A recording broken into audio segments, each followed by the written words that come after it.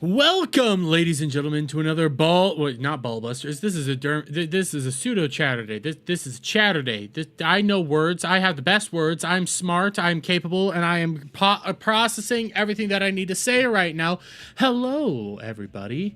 I know there's probably not a whole lot of people in chat right now, but I did see that Adam rated me, so shout out to you, Adam. You're a good buddy of mine. You're my bestest best friend ever, and I'm always gonna say that because I know it bothers you so much. But anyways, guys, I got some stuff planned tonight. Not a whole lot to do, just a few things here or there. I got Kson, obviously, who you guys might be aware of who Kson is. You might not be aware of who Kson is, but if you've been following some of my VShojo coverage, Kson was a member of the VShojo crew. She openly started, talking to the JP CEO live on stream, and she quit live. So I have a video of her. Granted, she is talking in Japanese, but I found a subtitled one, so we will watch that because she has some more information on just how bad VShojo was stealing from the girls. We also have Iron Mouse reveal some more stuff about VShojo. I hope I got the right video on that because I heard that in that particular one, apparently, Iron Mouse was asked to go to a bunch of cons, and because of her stance, her being with VShojo, she wasn't allowed to. By the way, Gas Station Burrito, what's up, buddy? I see you in chat, even though you're not showing up right now, so you might have gotten filtered out. I also see Kel and Ariel, so shout out to you guys. Finally, well, not finally, I have some Hasan updates, because Leo Mindset put out a fast facts on the Hasan situation, and I've already seen like a brief rundown of what that is. I'm gonna partially disagree with him, but hey, it is what it is. Wait, what did this dumbass say? When she was IDF, finish the sentence. No, he never.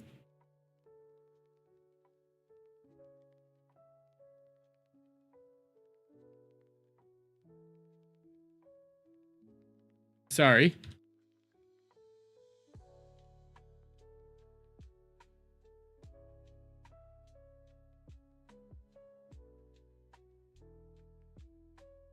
Sorry, some dumbass is saying it is what it is. It's a bunch of stupid stuff. I thought that Kson interview was some time ago.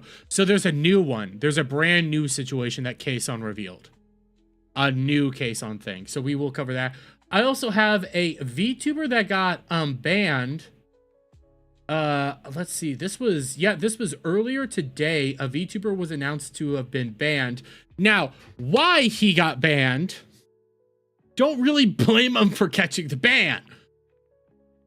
I agree with his all-around point, but I don't disagree. I disagree with how he got there is what we're gonna be talking about, because holy shit. I was like, no, there's no way you actually said these things. I mean, I agree with like your general point here, but how you got to the general point is holy shite.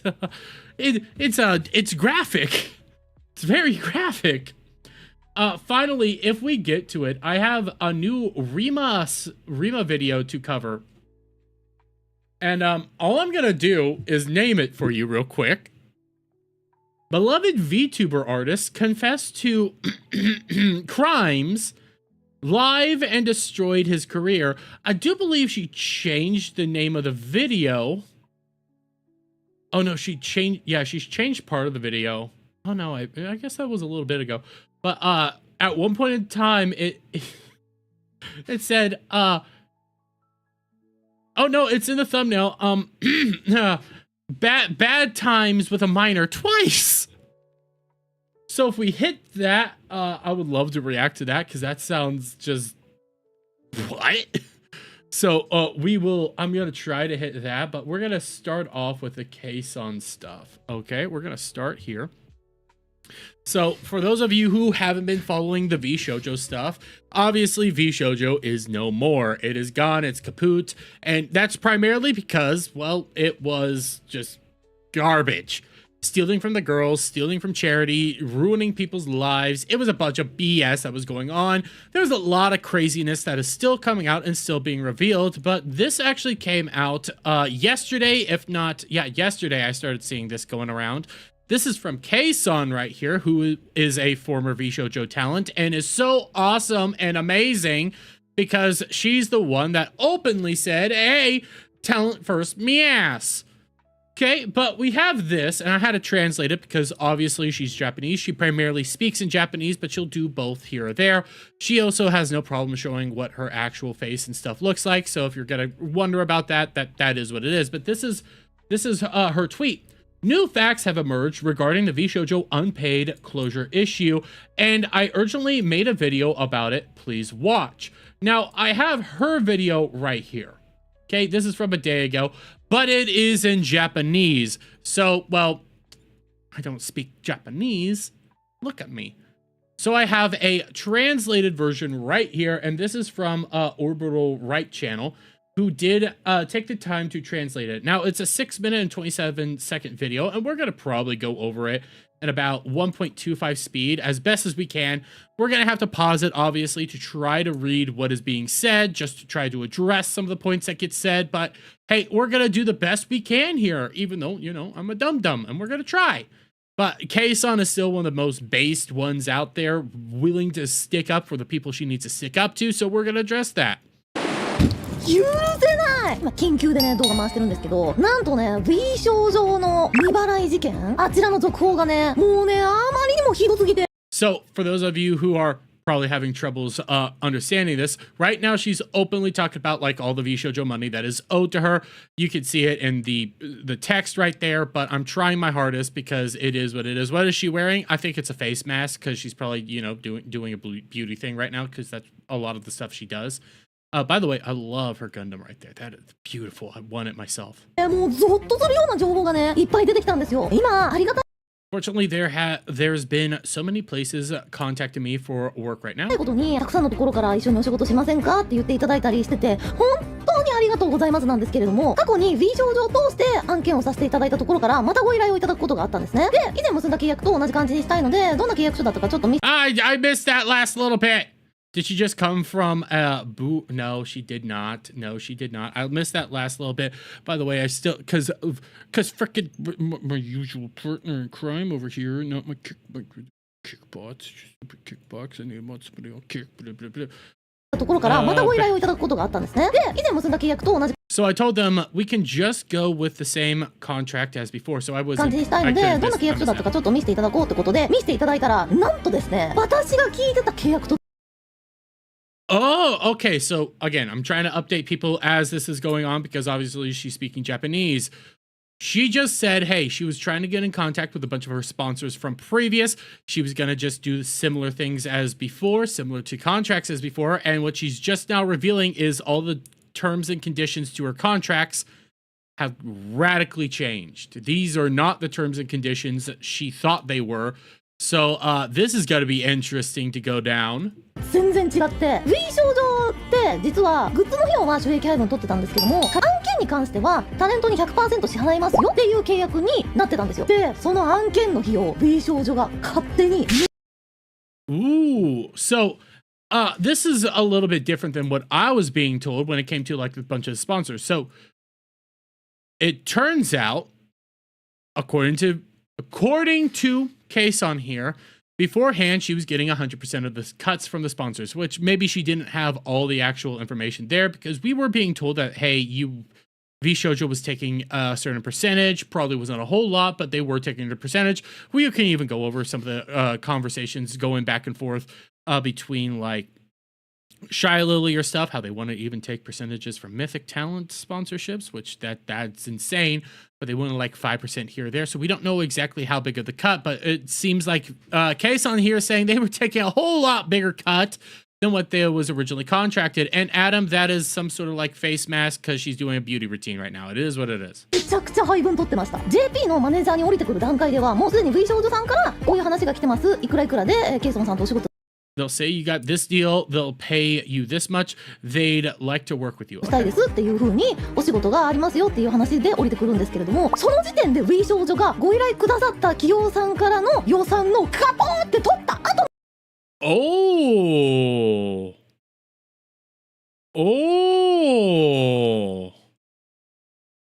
They were presenting numbers after they took the cut, which I don't fully.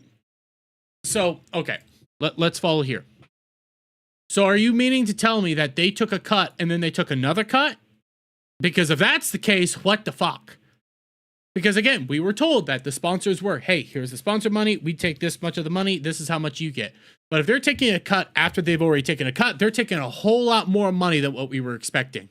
Jeremy said it's for makeup stuff. I think it's for beauty routines, honestly. That's what I'm thinking it's for. I think it's like a mud mask or something like that, help with the blemishes.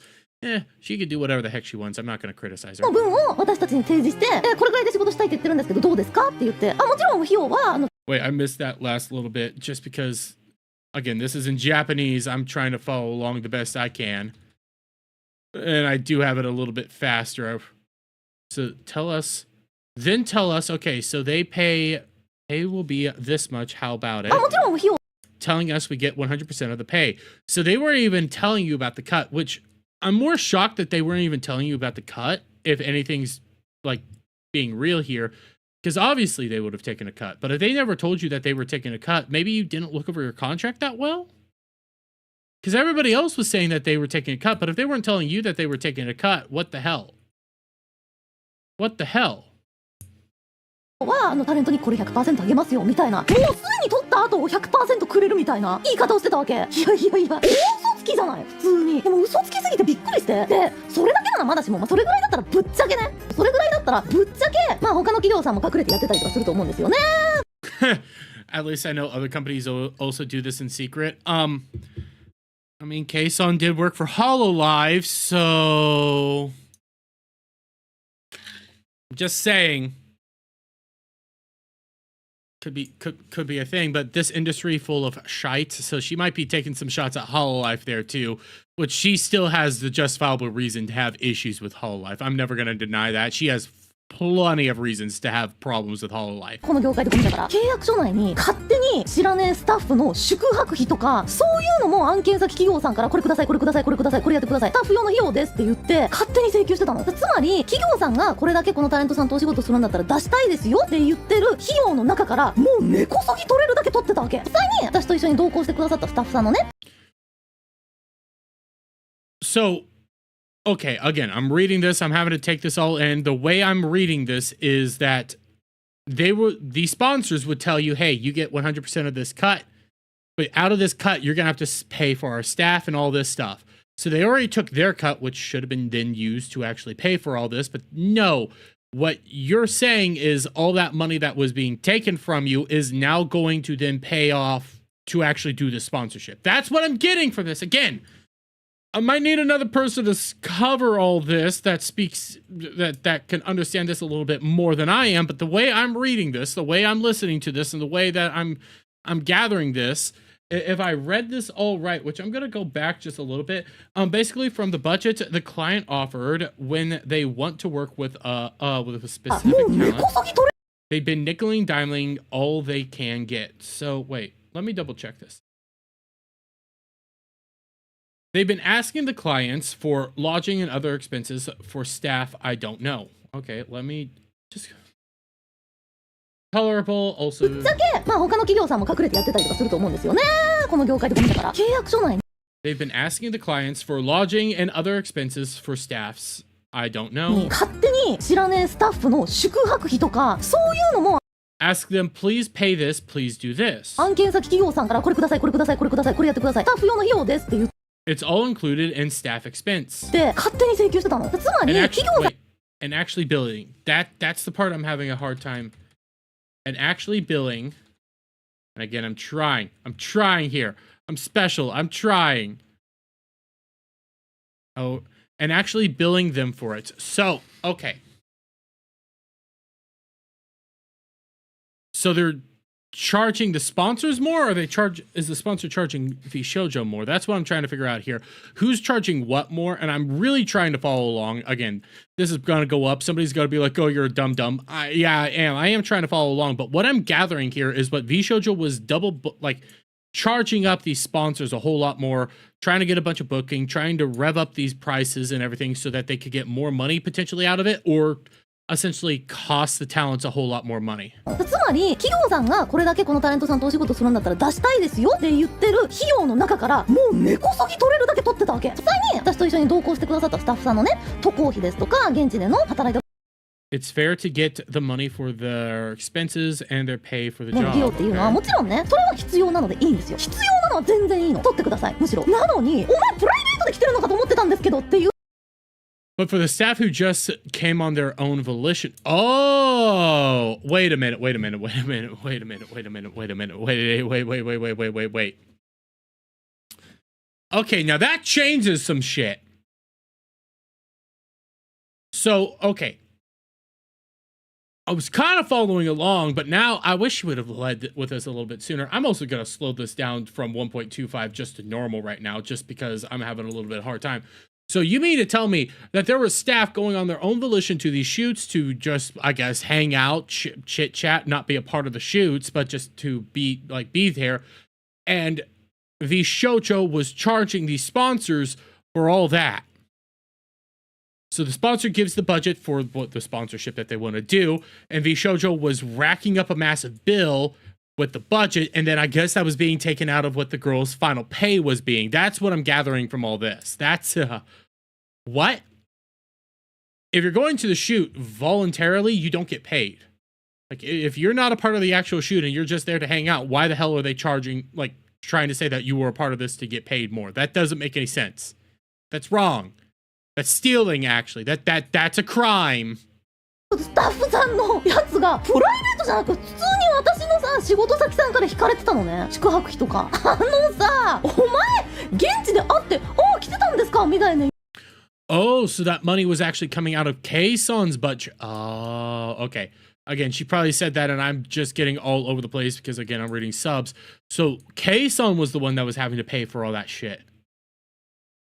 Fuck that! That's even worse! At least the sponsor would probably take that final budget out of the whole total that they're going to pay Kson, but if Kson's the one that has to spend all that money for all these other people, that's bullshit! Hey, the Wayfarer, how are you doing? I did say, oh, I didn't know you were coming. 言ってたけどさ、お前私のおかげで壊してんじゃん。もうそういうのがもう大量に書いてあってもうね吐きそうになってもうよ結果ケイソンさんにはこれだけ払いますっていう分すら払ってないのでその配分してた意味もよくわかんないんですけど結局未払いだからね全部。Okay, so what we were just hearing there essentially with that first little bit, all that was essentially her outright saying that they were just stealing from her. They were just stealing from her openly. They were just taking money from her. They were taking money from all of her sponsorship deals. They weren't even billing properly. Everybody was just stealing money from her left, right, and center, and she had no way to knowing until after the fact. That's fucking bullshit. They were just taking her sponsorship money for no apparent reason. Who the heck's DMing me? Who the heck's DMing me? Shut up, Cloud. Quit DMing me. 現在無職のはい無職でー I'm unemployed. Okay, so this is an XV Shoujo JP stand. 稼が外れましたいやっていうかまあ稼だらけですあんまり言えないことをいっぱいガーってやったりするんでまあねいろいろありましたんでねでもこうやってねイベント手伝いに来てくれて本当にありがとうございますいや全然先生ありがとうございます本当に V 少女の JP の方で働いてくださってたん So this guy used to work for V Shoujo JP, okay? Okay. ですよ働いておりましたはい突然会社がなくなったのでまあそうですねそうですかなんかわかんないけどまあいきなり、はい Emergency meet. Oh, so this is about, I guess this is about how he got shut down and basically fired right now. Okay. Okay. 緊急ミーティングです金ありません2時間後に発表しますじゃあっていう感じで Wait a minute. So already we got her basically getting stolen. Then it comes to the staff. Again, this might be JP. This might be just how Japanese companies work. The Japanese side, at least, not the American side, because the American side has a much different standard here. The announcement that the company is shutting down came out, and then 2 hours later, you guys are out of job. We're putting it out there. Bye. You mean they only told you the announcement 2 hours before? Jesus Christ. They didn't even give these guys time to prep. That's fucking weird to me. That's weird to me. It might be a standard here or there, but that still seems so weird that nobody knew that they were out of money, except for like the high up staffers like Gunrun and people like that. They were the only individuals that actually knew they were out of money. The JP CEO didn't know they were out of money. Again, compared to the JP branch, they all thought that they were perfectly fine and had a bunch of money going through, so they had no idea what was going on. But then Gunrun's over there just, you know, hey, we're out of money and we're stealing from our talents more and more and more. And then we have staffers just blatantly admitting that they're stealing from the talents. That shit's retarded. Well, they were being shut down that quickly. They probably didn't have enough time to give them a while. I mean, remember how that stuff all came out? That was a week. It was Monday, and then by Thursday, it was all gone. It's done, but we still don't know how much information is being out there. We still have to be very careful at like everything that people say. Like even Kson here, listen, I love you, Kson. You're a beautiful woman here, okay? You're a beautiful, wonderful individual. Check with a lawyer before you come out here and say some of this stuff. Just saying. I love your badass tendencies to just go off. I love that. Don't get me wrong, but just double check for your safety. そうですね。やば。そんな感じでした。一切聞いてないですよ、それ。いやだから僕わからん。だから僕らも。Talent first. Hey man, that's what we thought.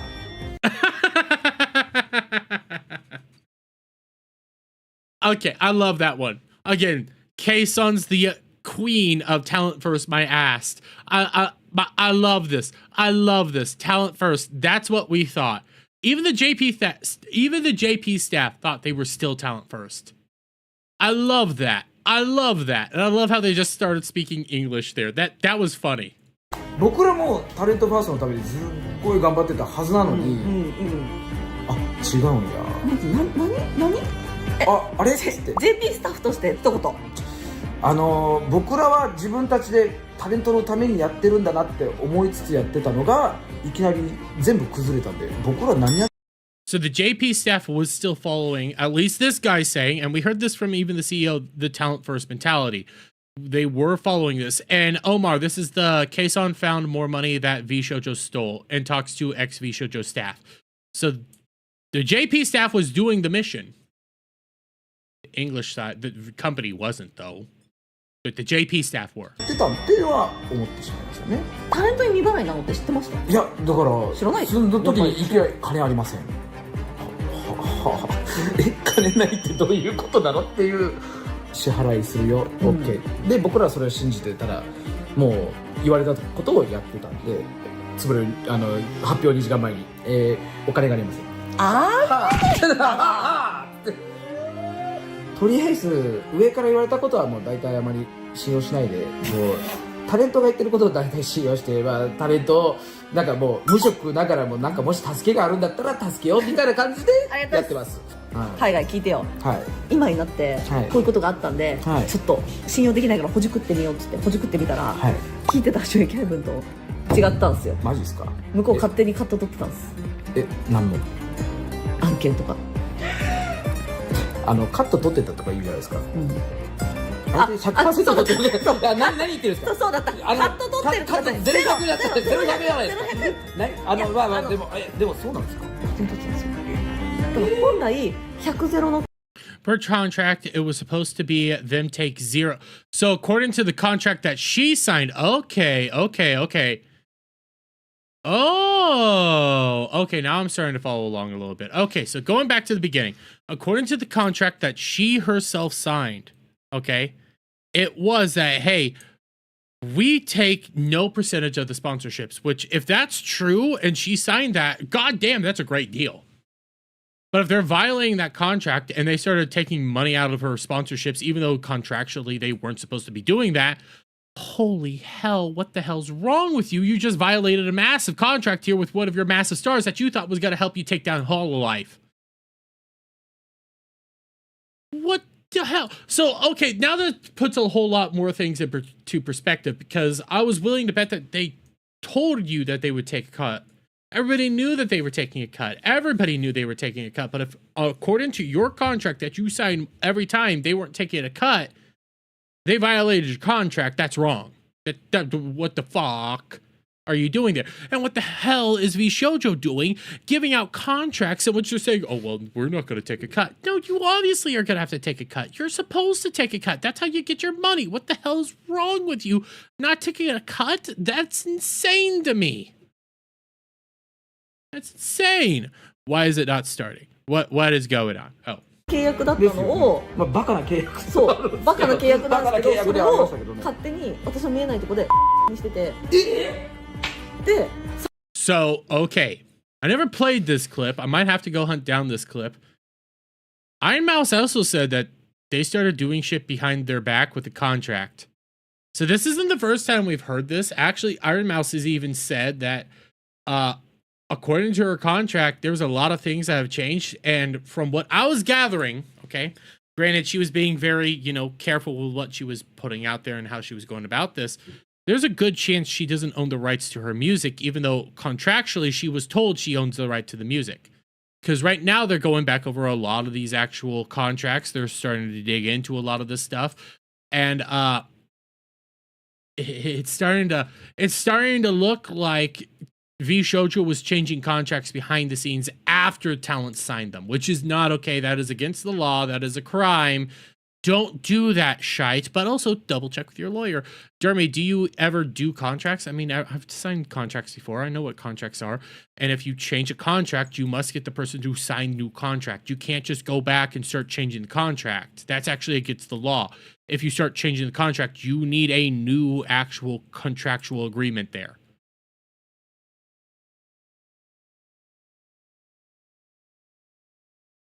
So in order to rewrite your contract, you need a new negotiation. In order to do that, you actually have to communicate with these people. You can't just come out here and say, hey, I've rewritten your contract and never inform the talent that the contract has been rewritten. You must communicate at all times because talent obviously gets a copy of the contract. You get a copy of the contract, they get a copy of the contract. That way, in case one side or the other is starting to do stupid stuff, we could say, hey, look at my contract. And yes, this is Kson. I have this right here. You have it in writing. I follow this. But if you're going back into the contract, rewriting it and saying, well, this is the new contract. We already rewrote it and everything for you, but you never signed it. The talent has no way to fight back against that. That's wrong. That's against contract law. Hands down. That's a crime. Yeah, they were not even telling the girls. They were just doing it and hoping they never saw it. And again, like I said with Iron Mouse has heavily implied that a lot of the songs that she made while under VShojo, her contract that she signed, she would own the rights to the songs. Right now, it's starting to look like she might not own a lot of the songs she put out there. Because they went back and started remaking these contracts behind people's backs. Yep. Yep.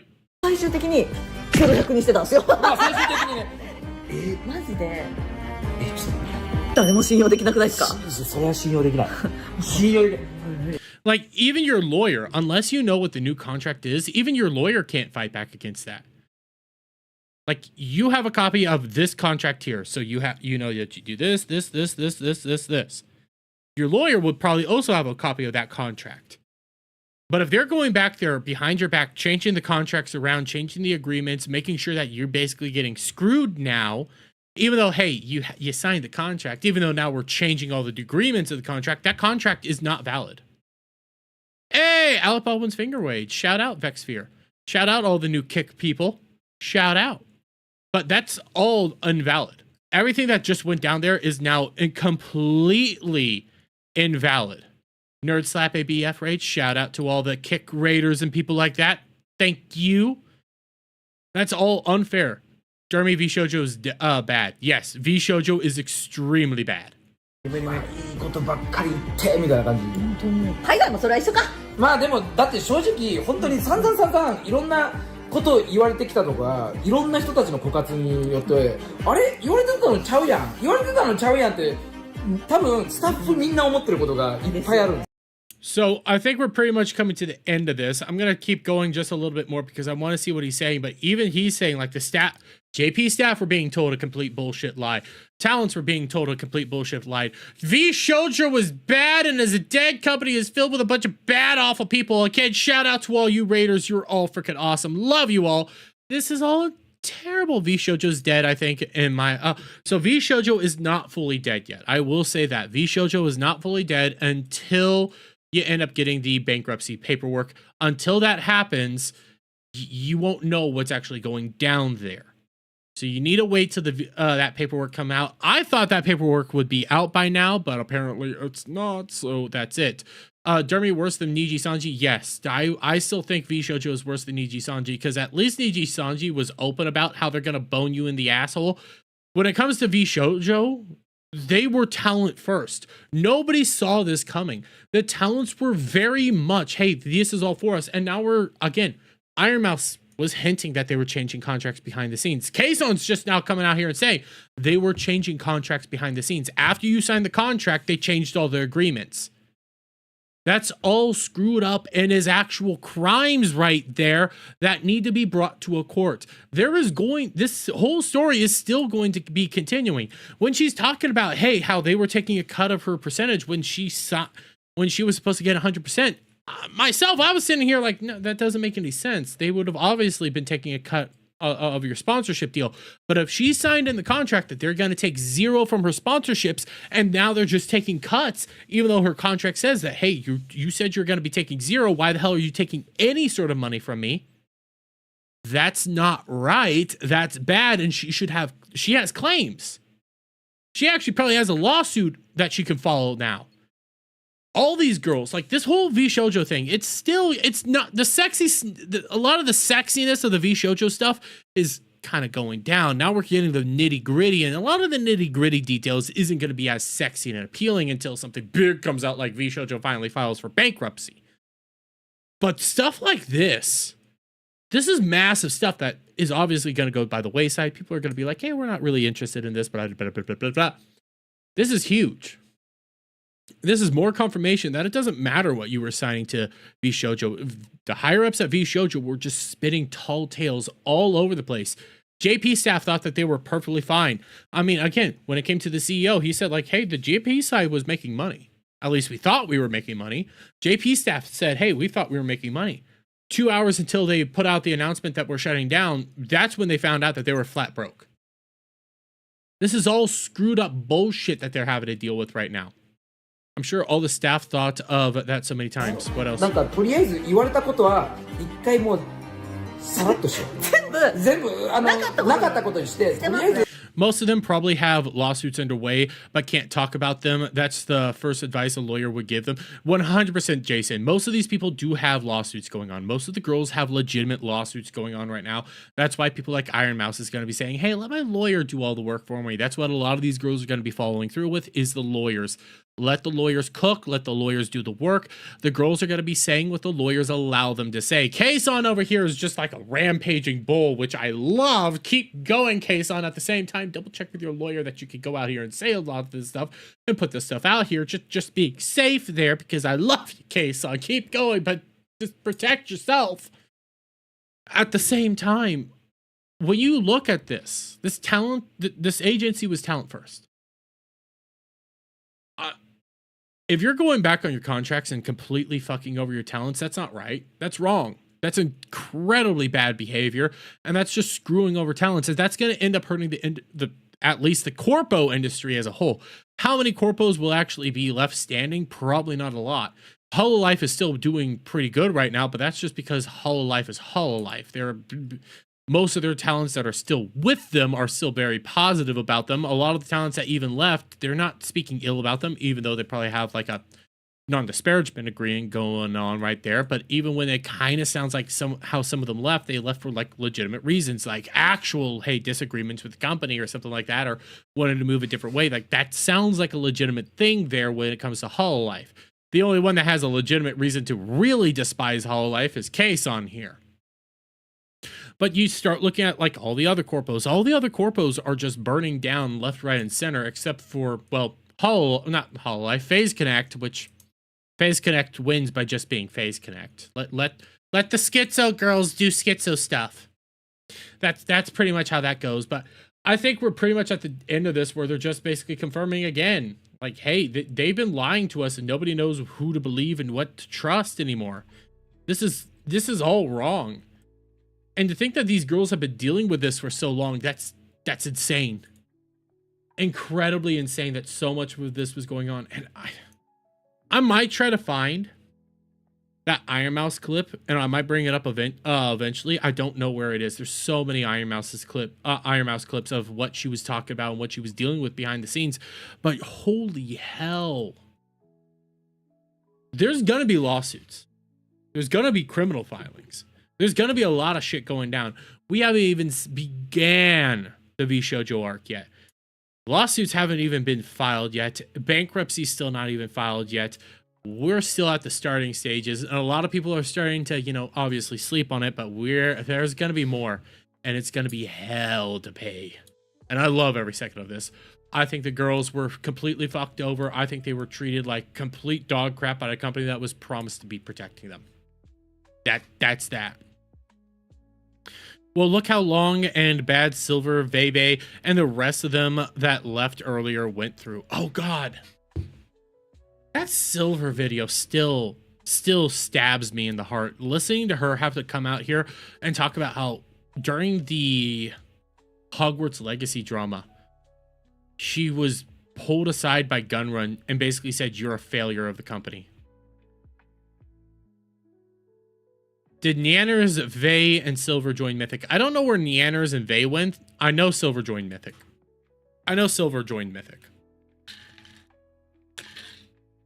And I know Silver joined Mythic because of the schizos that believed that there was a mythic conspiracy to take down Cinder.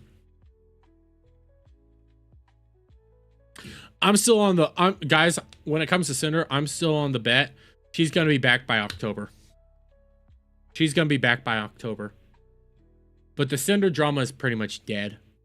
And the only people that talk about the Cinder drama are a bunch of schizos that want to talk about the Cinder drama. Like, legitimately, you're never going to hear anything else about the Cinder drama. You're not. Even when Cinder comes back, you think any of the girls are going to want to talk about the Cinder drama? No, they've all moved on from it. Even Cinder is probably not going to want to talk about the Cinder drama because it was not a good time for her. When Cinder comes back, that will be that. Well, she'll probably have a big following for a little bit just because people will see if she does say anything. But I'm willing to bet you money she ain't going to say shit. How did I get onto Cinder? Oh, yeah, Mythic. Yeah, Silver Veil's on Mythic. Silver Veil's with Mythic. I don't know where Neanners and Vey are. So, check me on that one. Before we get into the next thing, I'm not going to record this one. Actually, here, we'll do this one another time. Because this is, I want to double check that this is the one that I think it is. And not the one that it isn't. This is from a day ago. But I do know that there was confirmation from Iron Mouse. And I'll just show this to you. I don't know if it's the right video. Because there's so many of these going around right now.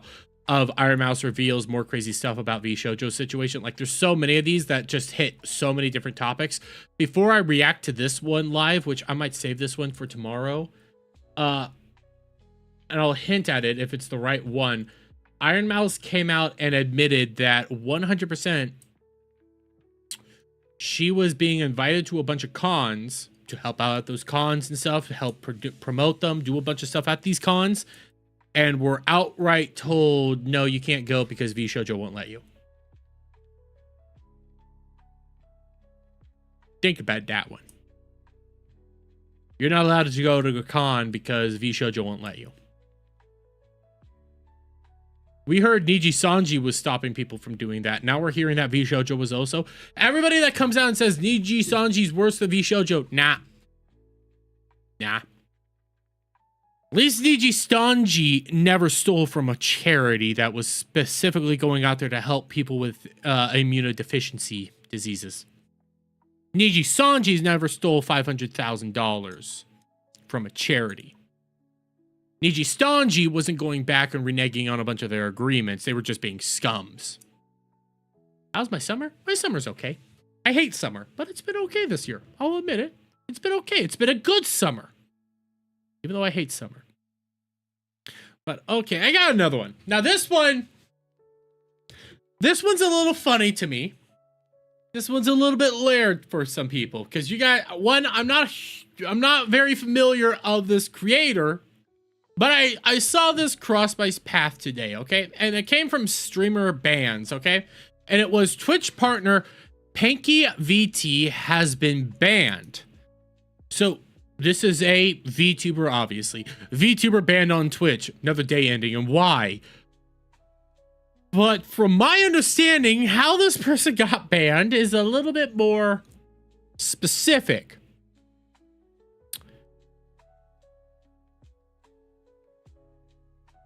Okay? We got a more specific thing going on here. And I already see a Hasan weirdo over on Twitch. We'll address that here. Actually, no. You know what? We'll come back to this one. Let's get into Hasan, okay? Let's get into Hasan because we gotta safe on the talk over here. Let's get into Hasan, shall we? Because, oh my God, how long do you play the 20-second clip? Oh, let's see this. Okay, let's start this over. Let's start this over, and this is specifically for our Hasan friend in chat right now because I'm sorry, buddy, I don't see how you will ever be able to get away from this. Because for those of you who are unaware, Hasan went on stream and specifically said this about Ela Klein. Let me turn off my background music and show it to you guys again. And every type of armed resistance against both the settlers and also the Israeli occupying force in the West Bank. Doesn't matter if it's your favorite podcasters like Wife that participate in these raids. The violence that the Palestinians engage in an act of resistance against this illegal occupying force is literally legal, definitionally legal. Okay? It's just the truth. And every type of armed resistance against both the settlers and also the Israeli occupying force in the West Bank. Doesn't matter if it's your favorite podcasters like Wife that participate in I already know I'm playing this on repeat at this point in time, but I'm sorry. When you have a terrorist simp who has come out here and said a bunch of terroristic threats towards people, promoted terrorism, basically sucked the knob of a actual terrorist, being a Houthi pirate, and keeps going out here and saying this bunch of stuff, yeah, he's actually advocating for, well, that podcaster's wife, Ela Klein. Reminder, Ela Klein was a member of the IDF. In accordance to Israeli law, if you are if you are an Israeli citizen, you must join the IDF. She went out on a raid at one point in time, and now they're saying she's a valid military target. She is forced to do these things by law. She is not allowed to fight back against it. I don't care what you say. That doesn't mean she's a military target nowadays. She is an American citizen, and saying this is advocating for harm against an American citizen. But hey, a bunch of Hasan Sims come out here and always want to say that, no, this is past tense, It doesn't matter. You don't call for harm on anybody on any platform. That is wrong. That's against every TOS. That is a crime even. And in fact, right now, this can be considered a terroristic threat. But hey, that requires a bunch of IQ that Hasan Sims don't have. We've already been over this on numerous occasions. I'll let my little dude here on Twitch continue to just go out of control and try to defend Hasan right now because, well, that's all they're really good for is basically making me laugh. I could see him just spamming left, right, and center, even though I'm not really addressing him.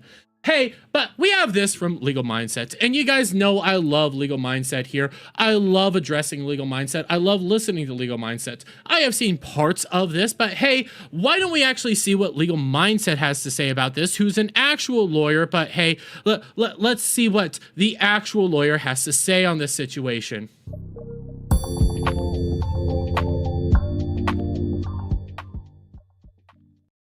Hasan Piker guilty of making a terroristic threat against podcaster Ethan Klein's wife, Ela Klein. We'll talk about it today on the Legal Mindset. We teach you to be your own judge. Of course, I'm Andrew Esquire, American attorney, commenting on the latest in legal news. And of course, is the facts.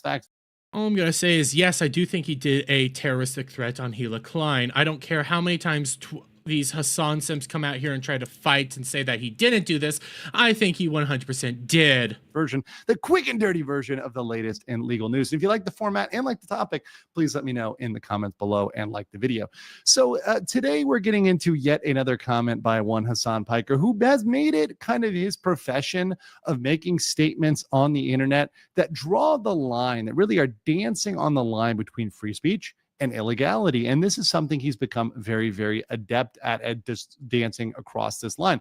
So today we're going to get into a particular instance where he deemed the wife of podcaster Ethan Klein, Hila Klein, a quote unquote valid military target. Now, whether or He did say that. That is the quote.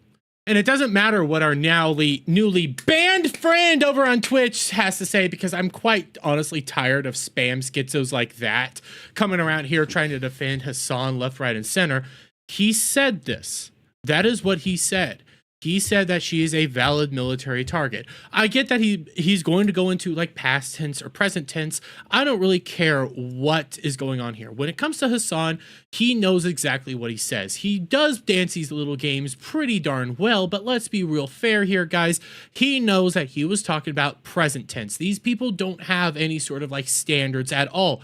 He still 100% believes that Hila Klein is a valid military target. He'll come out now and say, no, that's not true. Reminder what he said when it came to Hila's own response to all this.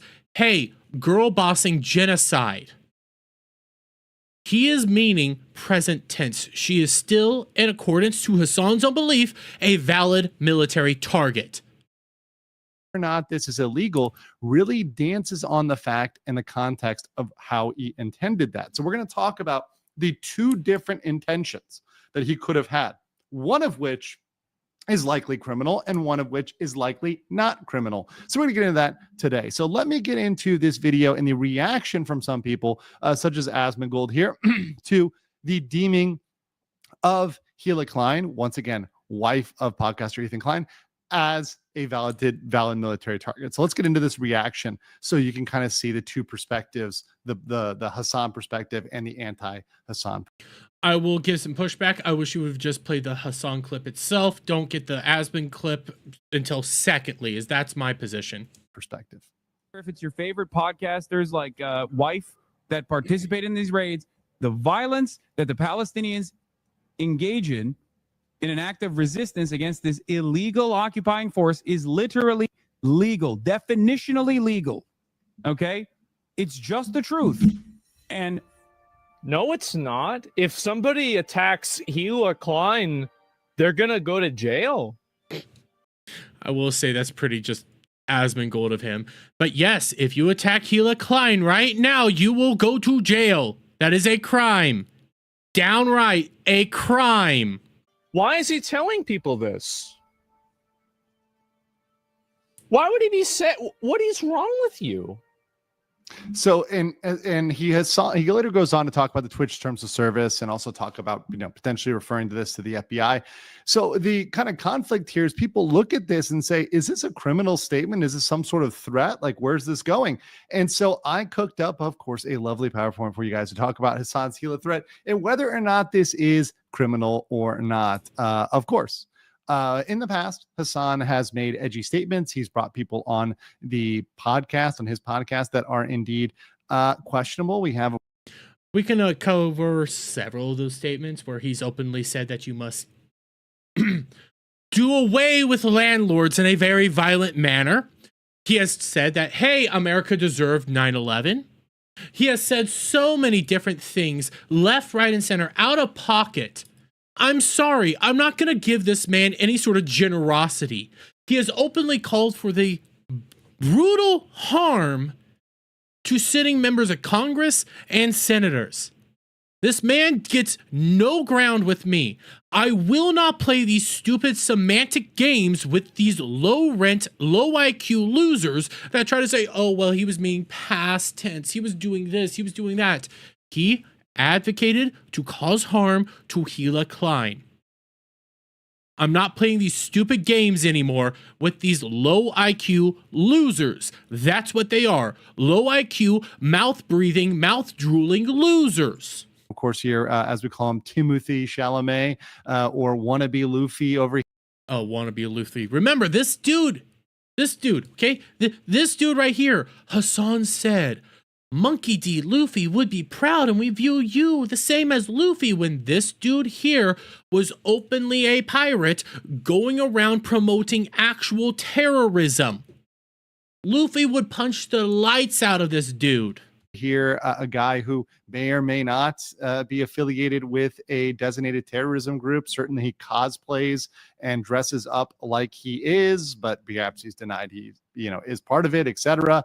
But one way or another, Hasan is no stranger to having people on his podcast that at least represent in their external image or project an image of being aligned with a Western designated, rather globally designated. Most developed countries have designated these individuals as terrorists. So he's certainly gone there in the past, and currently this argument related to Gila Klein really centers over what tense they were using. So let's talk about that. Designating Gila as a valid military target. So he described the wife of Ethan Klein, Gila Klein, as a valid military target, which implies that a valid military target means, as he said, if you use force against them, and in the larger clip, the broader clip, he mentions use of force, not just by militaries, right, but by terrorist groups. So he's saying the terrorist groups, and he lists off a whole bucket list of terrorist groups or designated terrorist groups, etc., and says any of those people targeting this person would be a valid military target. Now, the problem here is that Gila Klein, the wife of Ethan Klein, became a U.S. citizen in 2019. There was a very public naturalization process, which was put on YouTube. It's plastered everywhere. You can find out that she became a U.S. citizen in 2019. Therefore, in present year, 2025, that would be a U.S. citizen. So there is a little bit of a question about targeting a current U.S. citizen by foreign forces or directing threats towards a current U.S. citizen. I'm not playing these stupid games. I know Legal Mindset's doing this for the legality, is trying to be very cordial and everything. We're not going to mince words here. He directed violence on a member of this on a U.S. citizen. He did that. He is a terrorist. He's a terrorist supporter. We've seen the clips. The clips are all over the place of how much he loves terrorism. I'm not playing these stupid games again with these low IQ people. We know what he said. I'm giving Legal Mindset his time here, but he did call for harm on a U.S. citizen by terrorist organizations. Is the core of the problem. However, all clips must be taken in full context. And for disclosure, I did watch the entire segment. So while I'm just showing you a portion, because I want to keep this a quick video, I did watch the entire segment. And I always try to be professional and objective, and I put my feelings aside, which once again, I can care less one way or another about Hasan. I really do not lose sleep at night because of Hasan Piker. I'll say this, I hate the dude.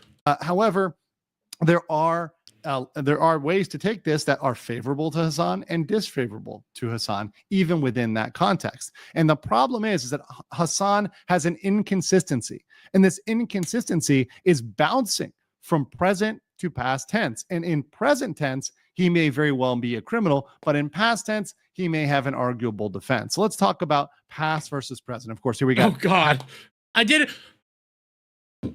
Andrew.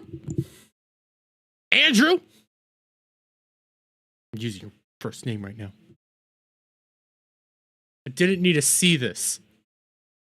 I didn't need to see this shit. Why are you doing this to me? Just do what I do and get a picture of him from stream. Not this. Not this. This is funny though. He looks fat here.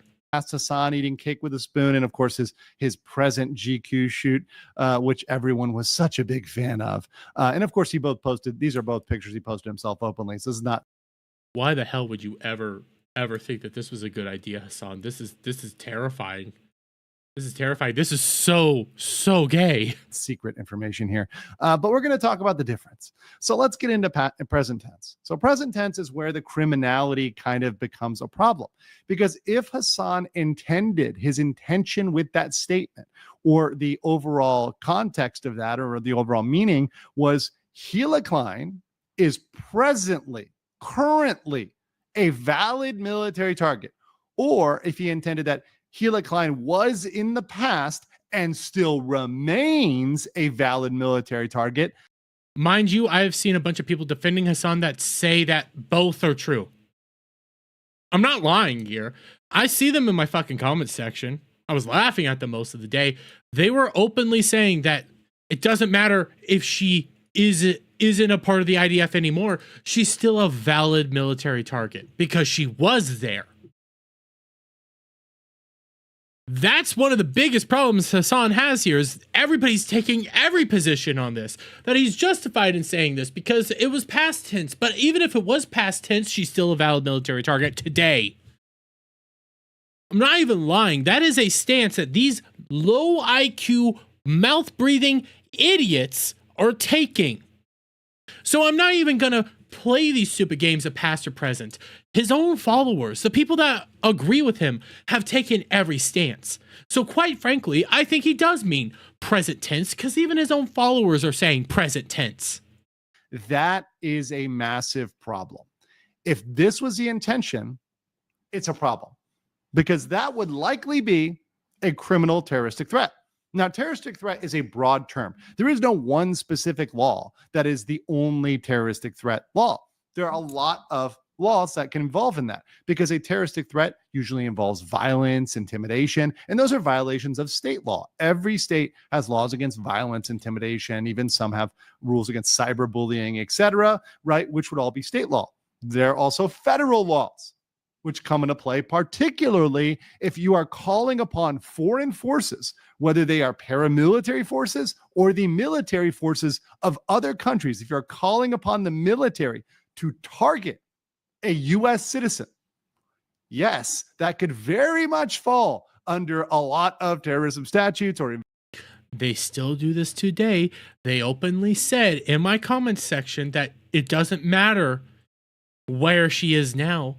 She was a member of the IDF, so she is a valid military target today. Those are comments that I have seen today. I'm not playing these fucking games with these people. And yeah, I know I said the F-bomb. I don't give a damn. These people are low IQ individuals that will openly come out here and try to defend threats of violence. Again, people, Tectone called a woman fat, got a 2-week suspension. Asmongold says some pretty correct things about the Palestinian plight. Got a week-long suspension. You end up having, Mike from PA come out here and say, Jews are an ethnic. Jews aren't an ethnic. Saying some actually anti-Semitic things gets like a few days ban. You see what's going on here? It's okay to be on freaking Hasan side. Saying all the Hasan stuff, that's okay. But calling a woman fat, that's a no-no. Yeah, I'm not playing these stupid games. It's a compulsory service, and she hasn't offlined a person. Even if she did, it happens in armed conflict. She didn't. She was actually a secretary. The only time she went into anything was she participated in a raid voluntarily because she was bored at work. She didn't even leave the facility. She didn't even leave the vehicle. They went and did a thing. She wasn't even a part of what they went and did. She was just bored out of her mind. And they're still saying she's a valid military target because she was there. No, she wasn't armed. She wasn't doing any sort of combat. She was just in a vehicle. That's not a valid military threat. And if we do want to play these stupid what's a valid military threat and not, we can get into a lot of freaking details here, but I'm not going to because I don't like covering this stuff because it's a bunch of stupidity. All we know for sure is Hasan's a goddamn propagandist. And in my opinion, I can't get into it because of TOS. Invitation to terrorism or directing that and calling for any sort of threat to a U.S. citizen is a massive problem. Even as a U.S. citizen, particularly post 2001, right, post 9/11, right, the laws have changed in that era, and we are well into that era. We're 24 years down that era, so we're well aware of that jurisprudence, and that could very well land somebody in jail if they're making that sort of threat. However, We don't know whether he was making during the present tense, at least we can't say for sure, or the past tense. Now, this is a man that watched the entire context. This isn't just the clip that I played. This is a man that watched the entire context. It would be nice to show the entire context, but even he's saying, you have a problem here. You've done both. So you can't have it both ways. You have to have it one way or the other. Obviously, they're going to say it was in the past tense. Obviously, because that's the tense that is most favorable to them. But that doesn't work that way. And yes, bro, she was unarmed. She's not a valid military threat, but they don't give a damn. These people are low IQ losers that are going to run around there LARPing as freaking freedom fighters when the first time they ever get their tootsies hurt, they're gonna cry, crying out loud. Even following all this, when Hasan was getting pushback, he went on stream and started crying about, oh my God, I'm now receiving threats.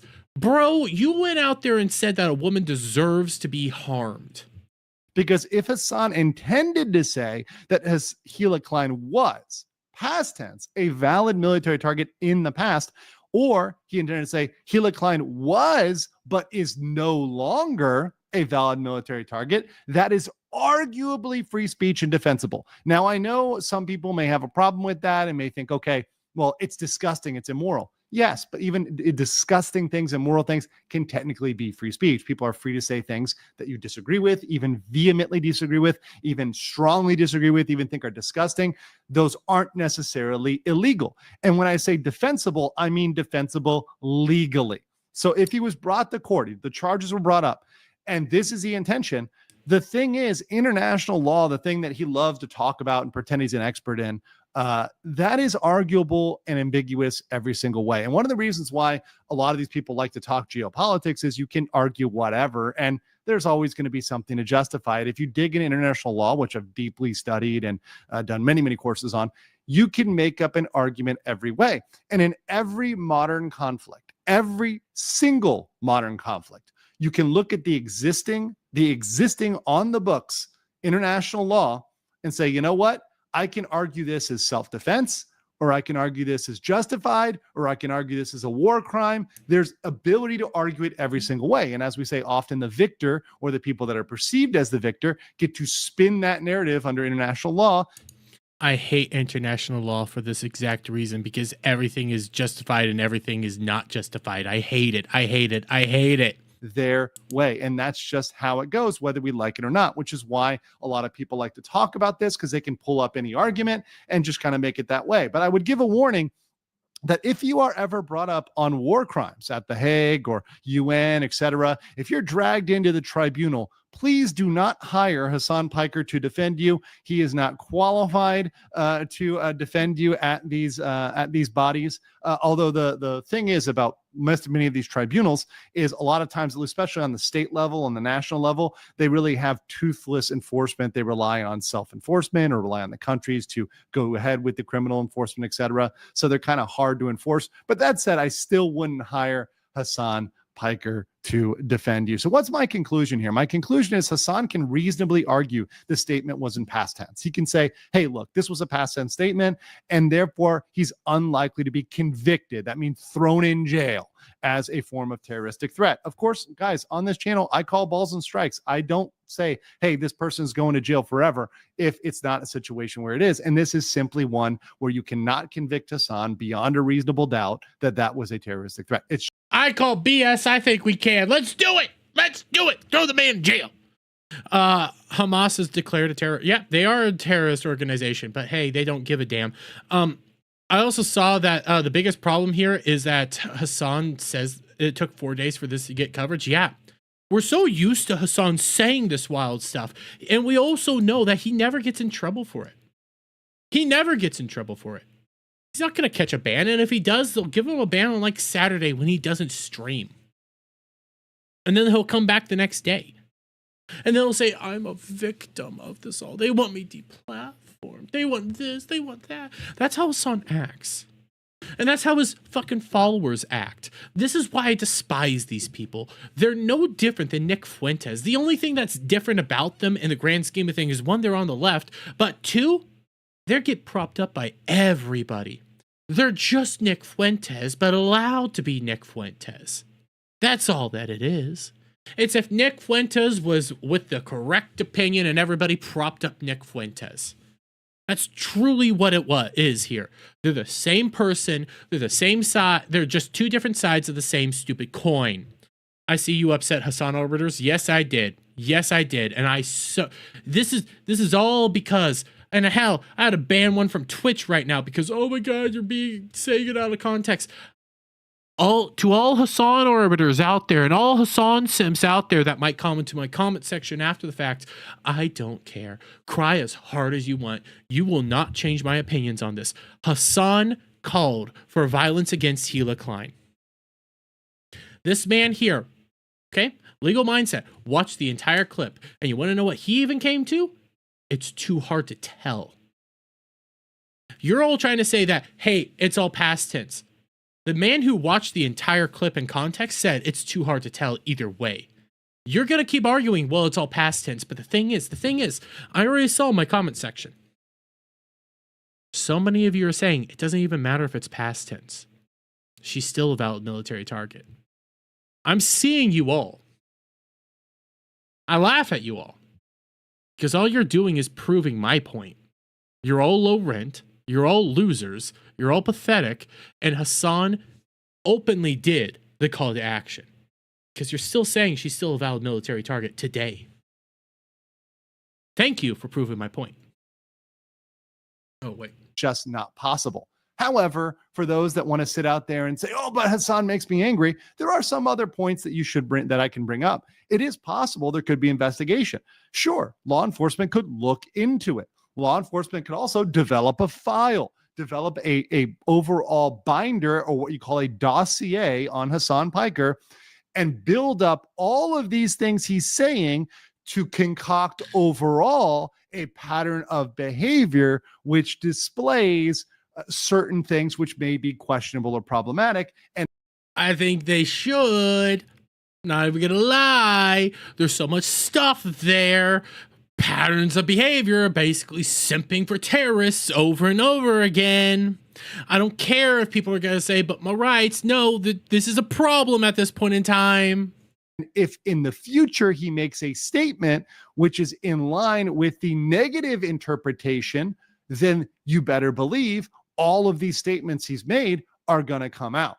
And further, we all know that Hasan Piker was denied his global entry, which is something that people who go through extensive background checks and stuff like me can go in and out of the United States as freely as they want, whenever they want, with expedited clearing.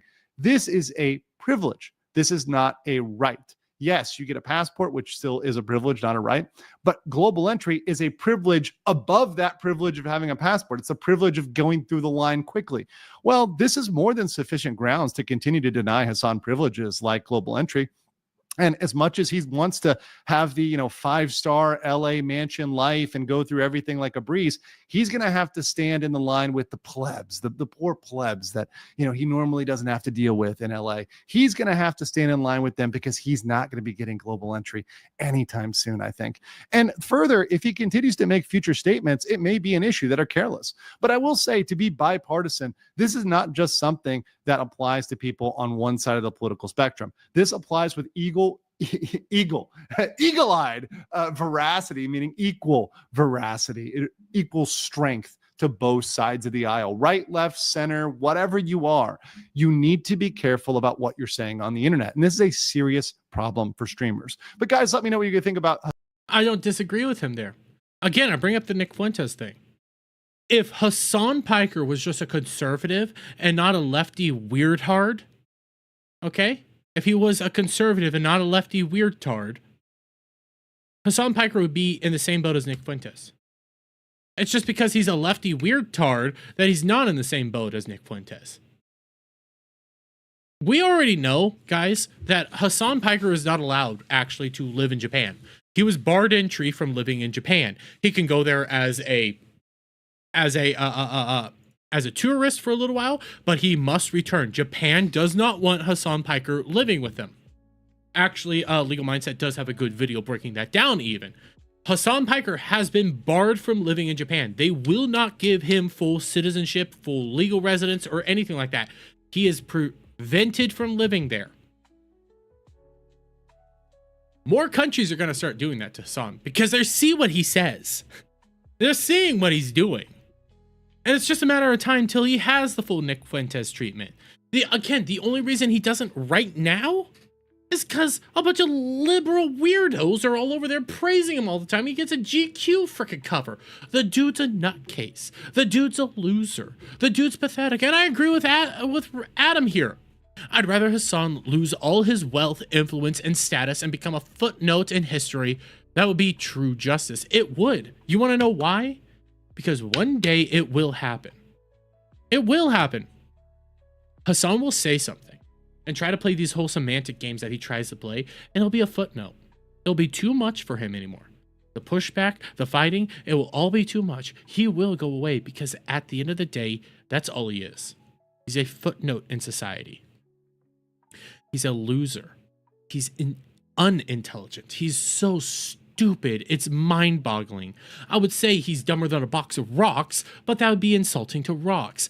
Everybody knows just how stupid he is. And that's his biggest Achilles heel. He hates being called stupid. That's why he has a whole PR company going around there defending him. That's why he has a bunch of 5-year-olds on Twitch going around there and defending him.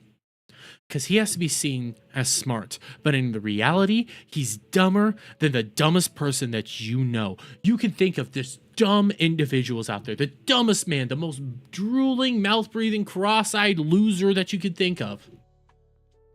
He's dumber than him. And that's Hasan's own legacy right there. Hasan's legacy is terrorist support and being one of the dumbest people on the face of this earth. But hey, I'm going to leave it there. Okay? Because I'm happy leaving it there. By the way, Vagabond, I should have said this. Remember, for 2 months, tell them Vagabond says communism doesn't work. Communism never works. It's stupid and retarded to think that communism will ever work. The only time communism actually probably did work was in Mao Zedong's China. And I don't like getting political on this channel. The only reason I'm doing this is because, well, I pissed off a bunch of Hasan simps, and you know what? I got good views on that. Might have a bad ratio, but I got good views, so let's do it again. That's my whole thought process there. I'll kick that hornet's nest a lot. I had to ban one from Twitch, and I'll do it again. I'll do it again. I won't ban you, Omar, because yeah, that was legal mindset. And I like you, Omar. But I'll ban these fucking freaks. I don't give a damn because I don't care about you people. You're an annoyance to me at the end of the day. The Hasan simps, the Hasan freaks, you're an annoyance. You are pathetic in my eye. You come around here, say a bunch of shit, you pop off my phone notifications. I'm over here like, I have to turn off my notifications on my phone now. Shit. Because that's what you are. You're an annoyance. You're cowards. You talk a big game on the internet, but if you ever saw me in person, you'd piss your little pants because I'm 6'5", 300+ pounds. Mr. R, nah. No. No. Communism would never work even then. And that's a utopic view. Communism is a utopic view of society. We don't live in a utopic view of society. Not everybody's ever going to believe in Jesus or follow the same religion. It's impossible to do that. Communism is a failed thing, and the only time it ever even arguably worked at all was in Mao Zedong's China, and that required a bunch of people dying.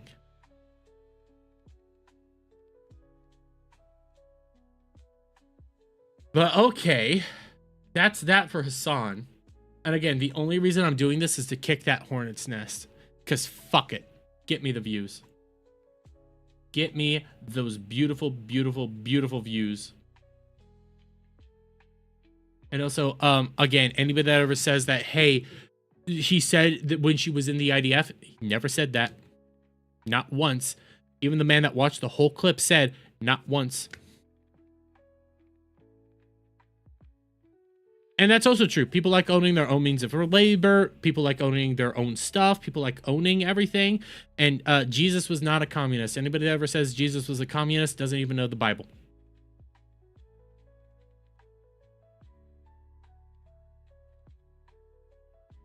Yes. But also Jesus wasn't a communist. Jesus believed in private property and the ability to, produce money. Jesus wasn't a commie. But okay, I want to get into this. I wanted to get in this before the Twitch fucking tard showed up. Because I find this one to be just funny. But I wanted to do this. Because this one, again, similar to Hasan, this person went a little far. Okay, this person went a little far. That's the preface to this. I do agree with his overall point, but I don't agree with how he got to his overall point. But to preface this, I'm going to come right back over here real quick and tell you guys about this. So I saw this today from Stream Bans. Twitch partner Panky VT has been banned. And I was like, I don't even know this person. I would look into this, but hey, it's a VTuber being banned on Twitch. That's another day ending in Y at this point in time. But I started, scrolling through what was being said, and I saw this from Kuro right here. Okay? I saw this one. If you're wondering why they were banned, literally told children they hate them and to Minecraft them. So I have the video here. This is a real video. This is a real thing that was said. I'm turning off the background music because, again, arguably, I agree with your overall point and the reason why you believe this.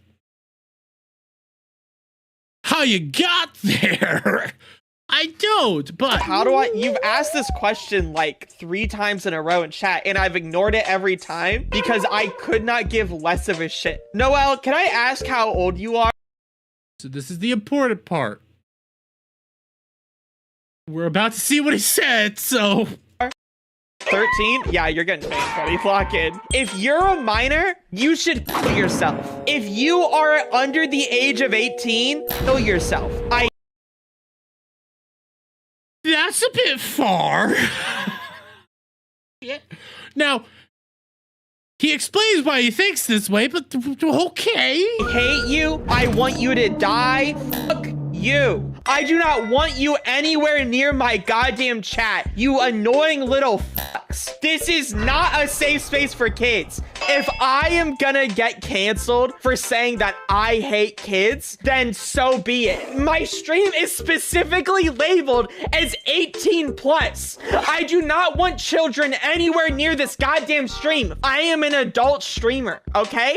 I am someone who makes sex shows constantly. I am a sex worker. I do fansly. My job is jerking off in front of people. I do not want kids anywhere near my content at all. So if you are a child who is watching me, I hate you. I want you to kill yourself. I do not like you. Get out.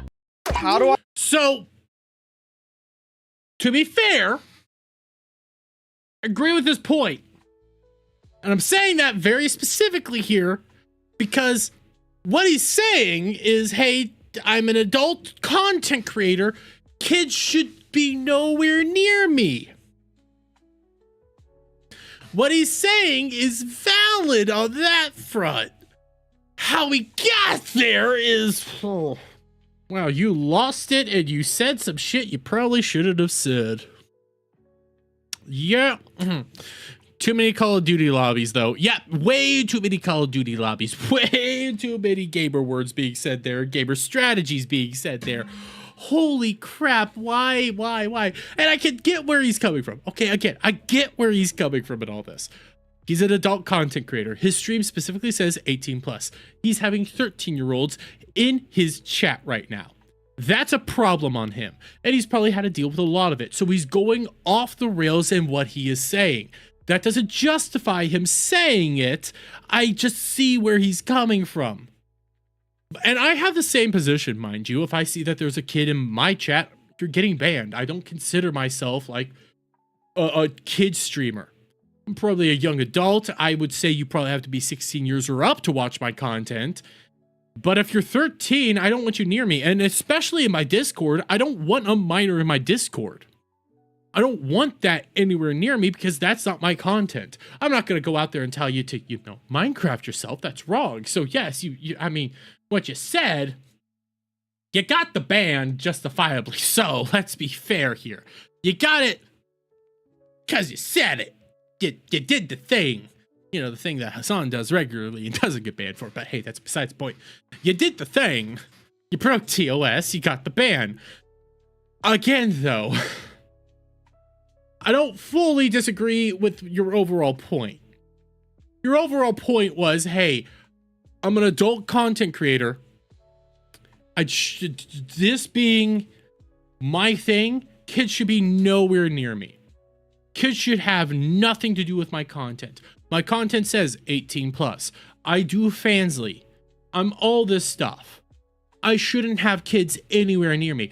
I can applaud him for that.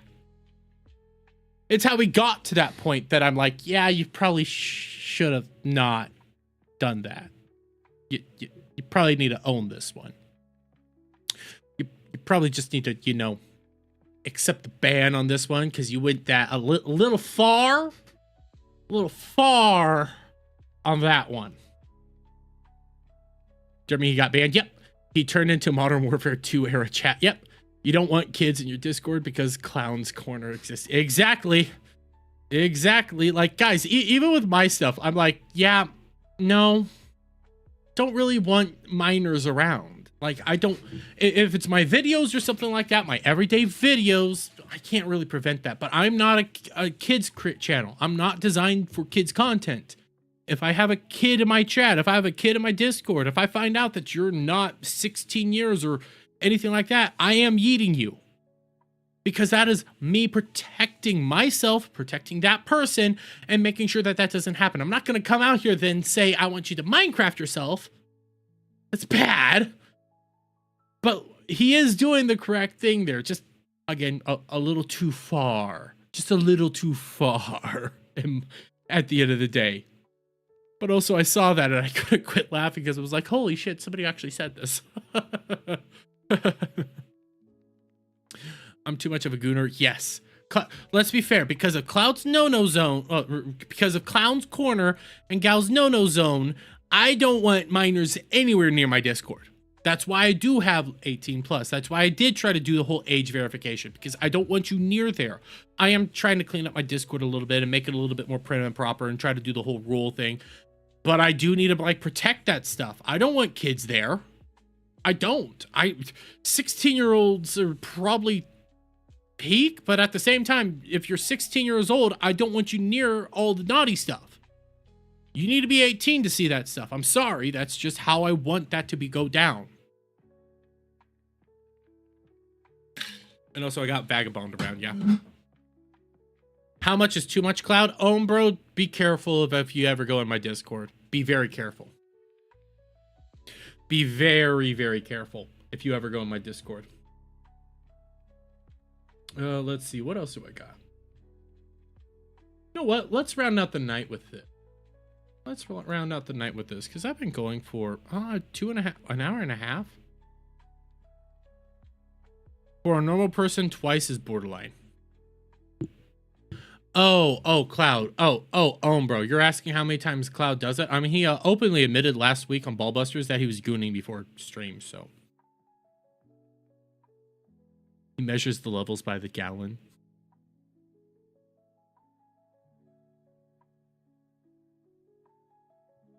Cloud, you're our resident gooner. I know too much about you because of that.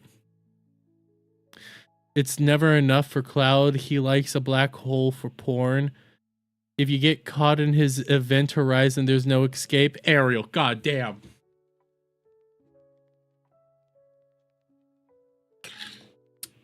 Goddamn.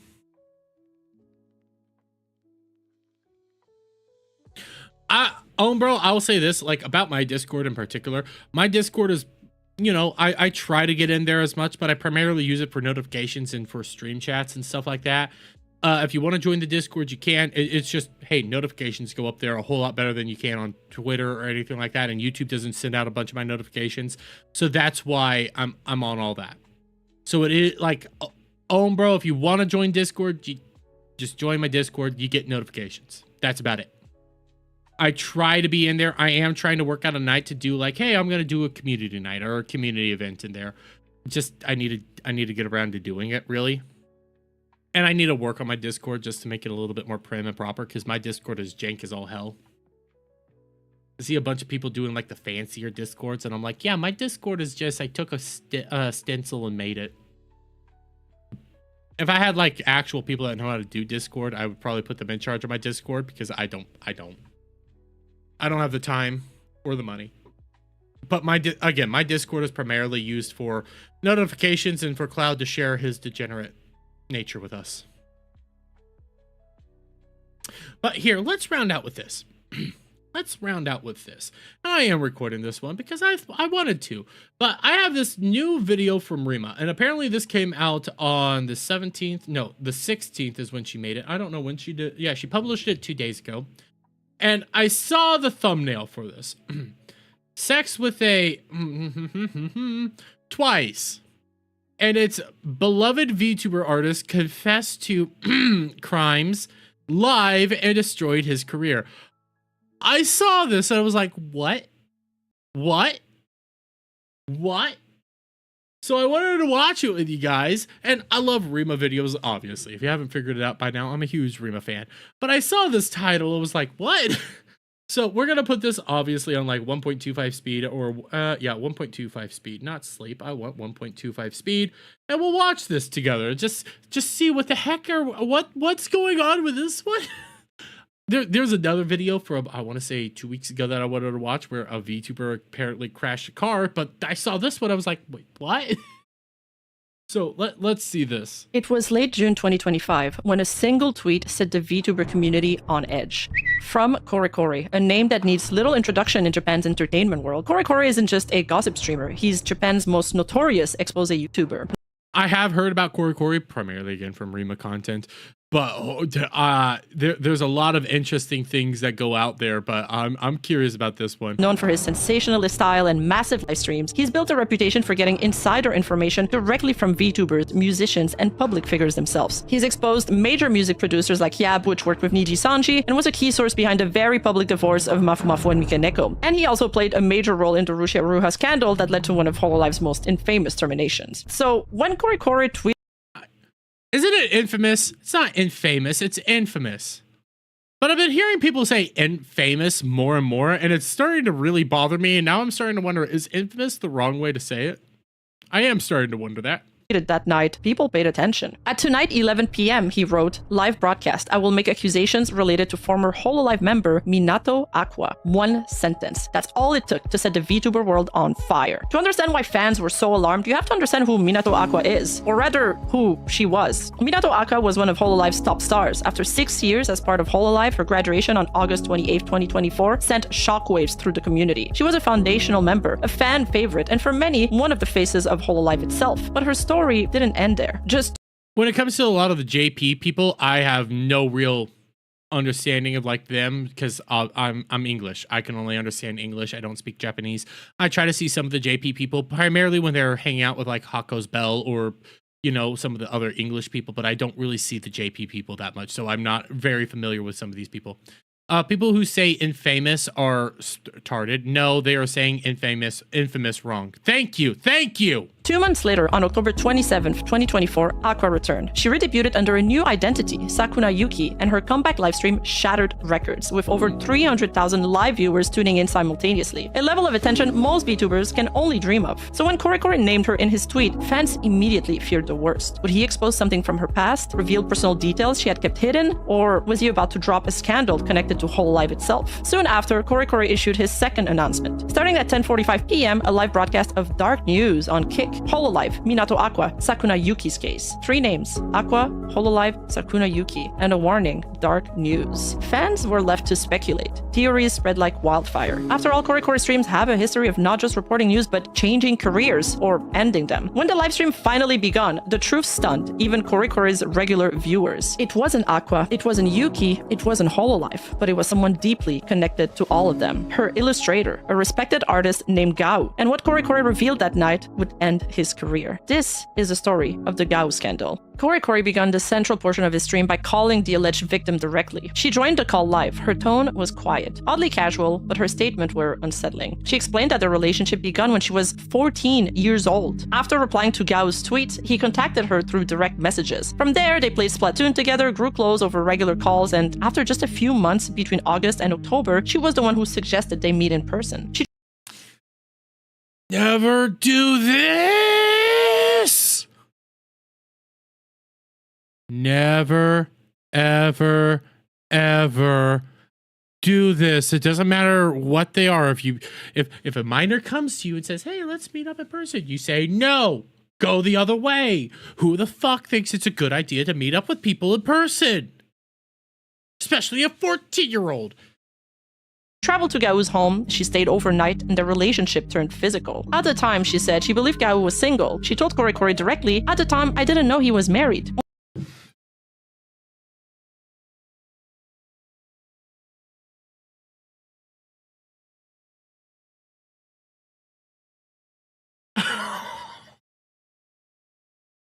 Wait.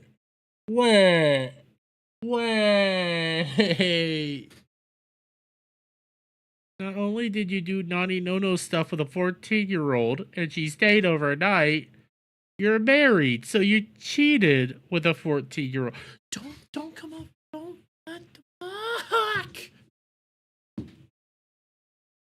Only after they begun meeting, she explained, did Gao reveal the truth. He told her he was separated from his wife and that his child, who was in elementary school, lived with the wife separately. He himself was living with a girlfriend. Initially, he had claimed to the victim that the apartment was simply a...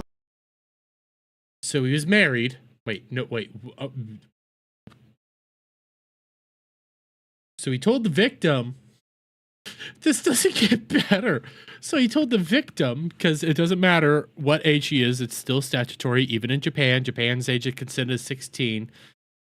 So he told her, I was married, my kid was in elementary school, and I live with my girlfriend. That doesn't make this all better. rented workspace. In reality, she discovered that he was living there with his girlfriend, whom he introduced to her after she arrived. This revelation came only after she had already visited his home and stayed there. In other words, while Gao was still legally married and had a child, he was living full-time with a different partner, his girlfriend, at the apartment where he invited the victim, all the while having an affair with a minor. Despite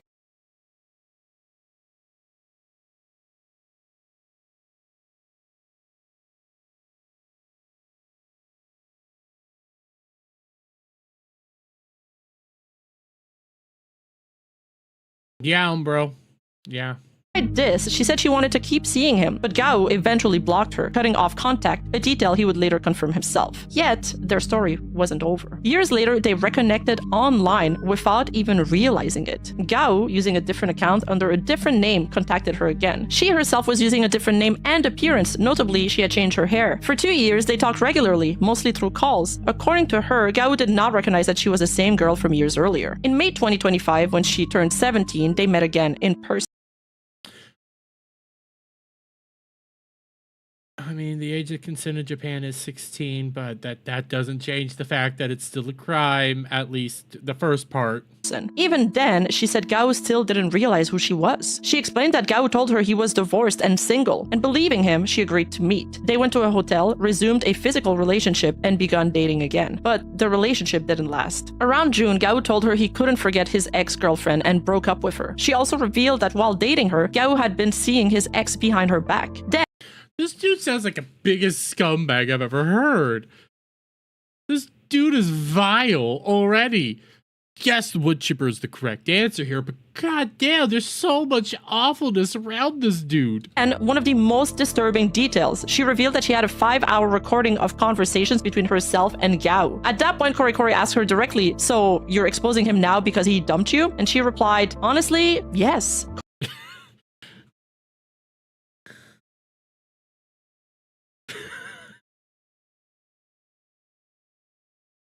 I mean, yeah, makes sense.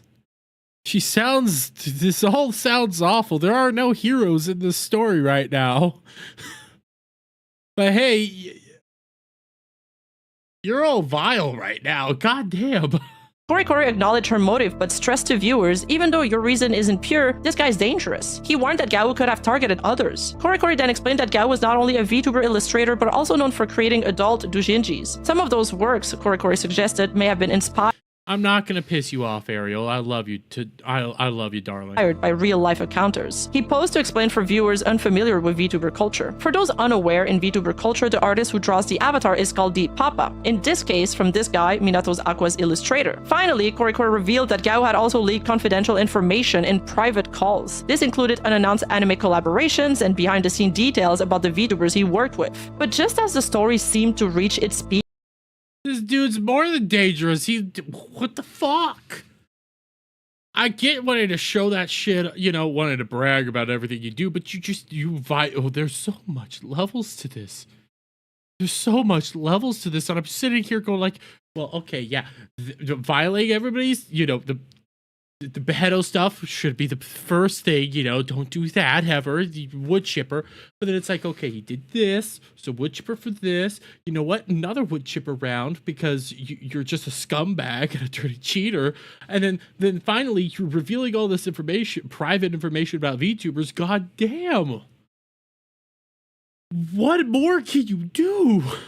something unexpected happened. Gao himself appeared in Korikori's stream chat. Without hesitation, Korikori invited him into the call. Moments later, Gao's voice was heard live. What followed was no longer just testimony, it was confrontation. Korikori questioned Gao directly. He asked why Gao had blocked him earlier. Gao admitted he did so to avoid being flamed by him. Then, Korikori asked him the central question. Is it true you had a relationship with this girl when she was underage? And Gao simply replied, yes. I thought this was going to be something completely different, and I stumbled onto something that's just pure gold because I'm like, holy shit. They had you dead to rights. At least you admitted to it. Jeremy, wait 1 more minute. It'll get worse. Oh my god. That's true. Just like this, he admitted to everything. Korikori followed up. Seriously, and was she the only one? And Gao answered no. Bro, please tell me you watched this and didn't just bet. Didn't just take a gamble. It just keeps getting worse. God damn it. I love Reba videos. She finds some of the most interesting things. This is all apparently massive on the J. I did not know any of this, and I'm just like, holy fuck. There's one more. When asked if the other girl was famous, Gao said, no, she's just a regular person. Korikori also asked whether Gao had ever pretended to be a female online. Gao simply replied, I didn't try to act female, but I kept my gender ambiguous. Wait, back that up, back that up, back that up. Said, no, she's just a regular person. Korikori also asked whether Gao had ever pretended to be a female online. Gao simply replied, I didn't try to act female, but I kept my gender ambiguous. Then came one of the most surreal moments of the stream. Korikori asked the victim when she had told Gao that she was the same girl from years earlier. She explained that she had only told him during their breakup call that day. Korikori reacted in disbelief. Today? You said I'm the same girl from when I was 14? And she confirmed yes. When asked why she didn't reveal her identity sooner, she said simply, I missed the right timing. Basically, it was only after Gao ended their second relationship that the victim finally decided to reveal the truth. He had never even realized it before. Insane. And although she had previously told... You know what? I think that's actually on your fault there. You know what? I'm not going to dig into that. That I was about to say something really sleazy and scummy there. I'm not going to say that. I'm not going to say that. God damn. The situation is serious. I'm not going to say the sleazy, scummy thing that I thought was going to be funny to say. Holy shit. Holy shit.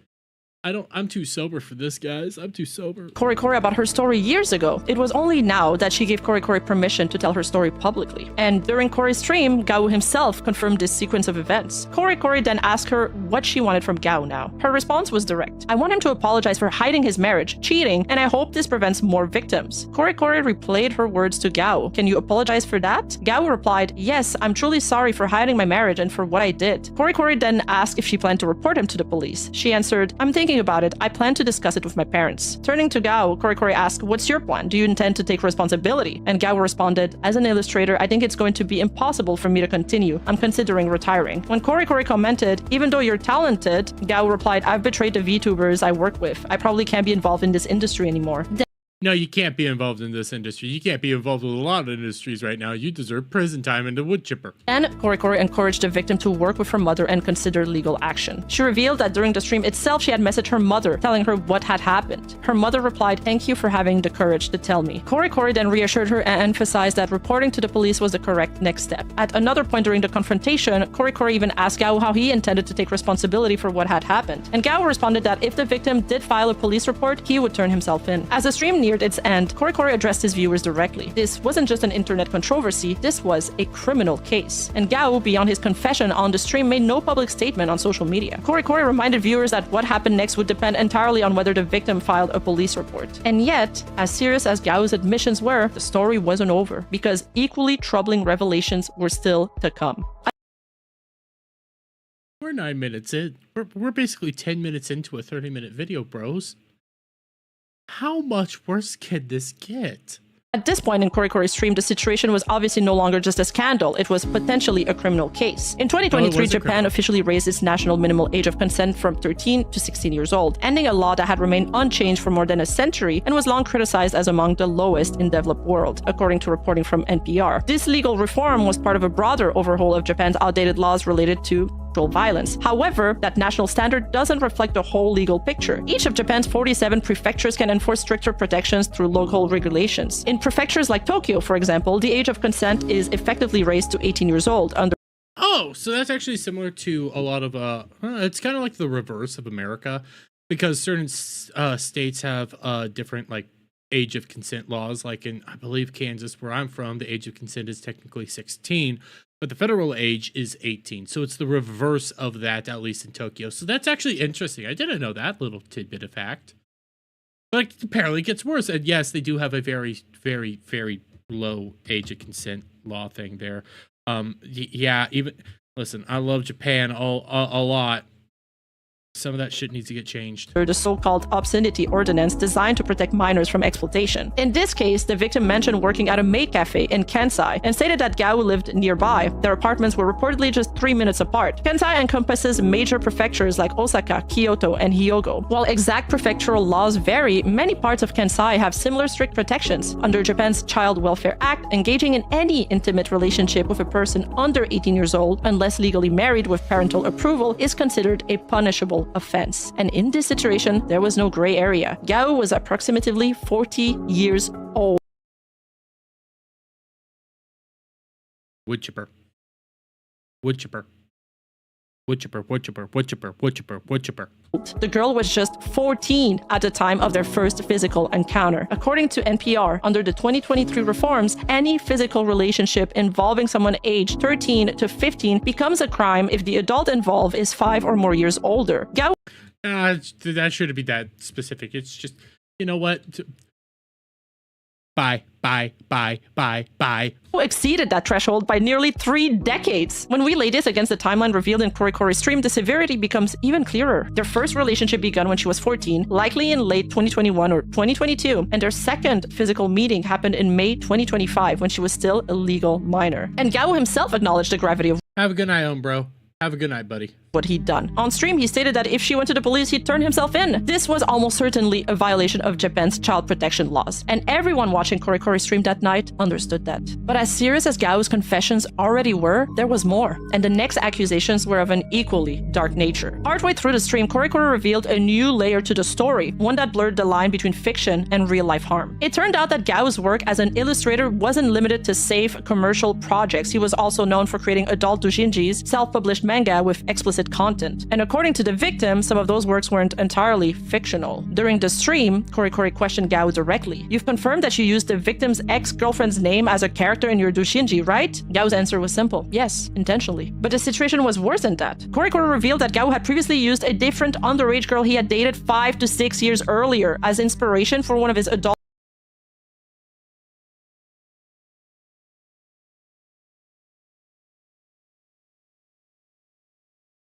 I need liquor. I need a lot of liquor. I stumbled upon something that I was not expecting. I feel like I was flashbanged. You know, I knew everything that was going to be said here, and now I'm like, God damn, this just keeps getting worse. And now you're essentially writing your underage lovers.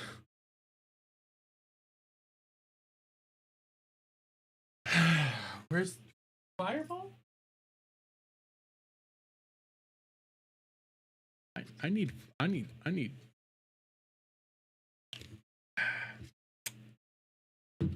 to Shinji works. The link was discovered when readers noticed that a character either shared the same name or a very similar one to the real girl. For everyone listening, the implication was deeply disturbing. Gao hadn't just drawn... They are censored, so...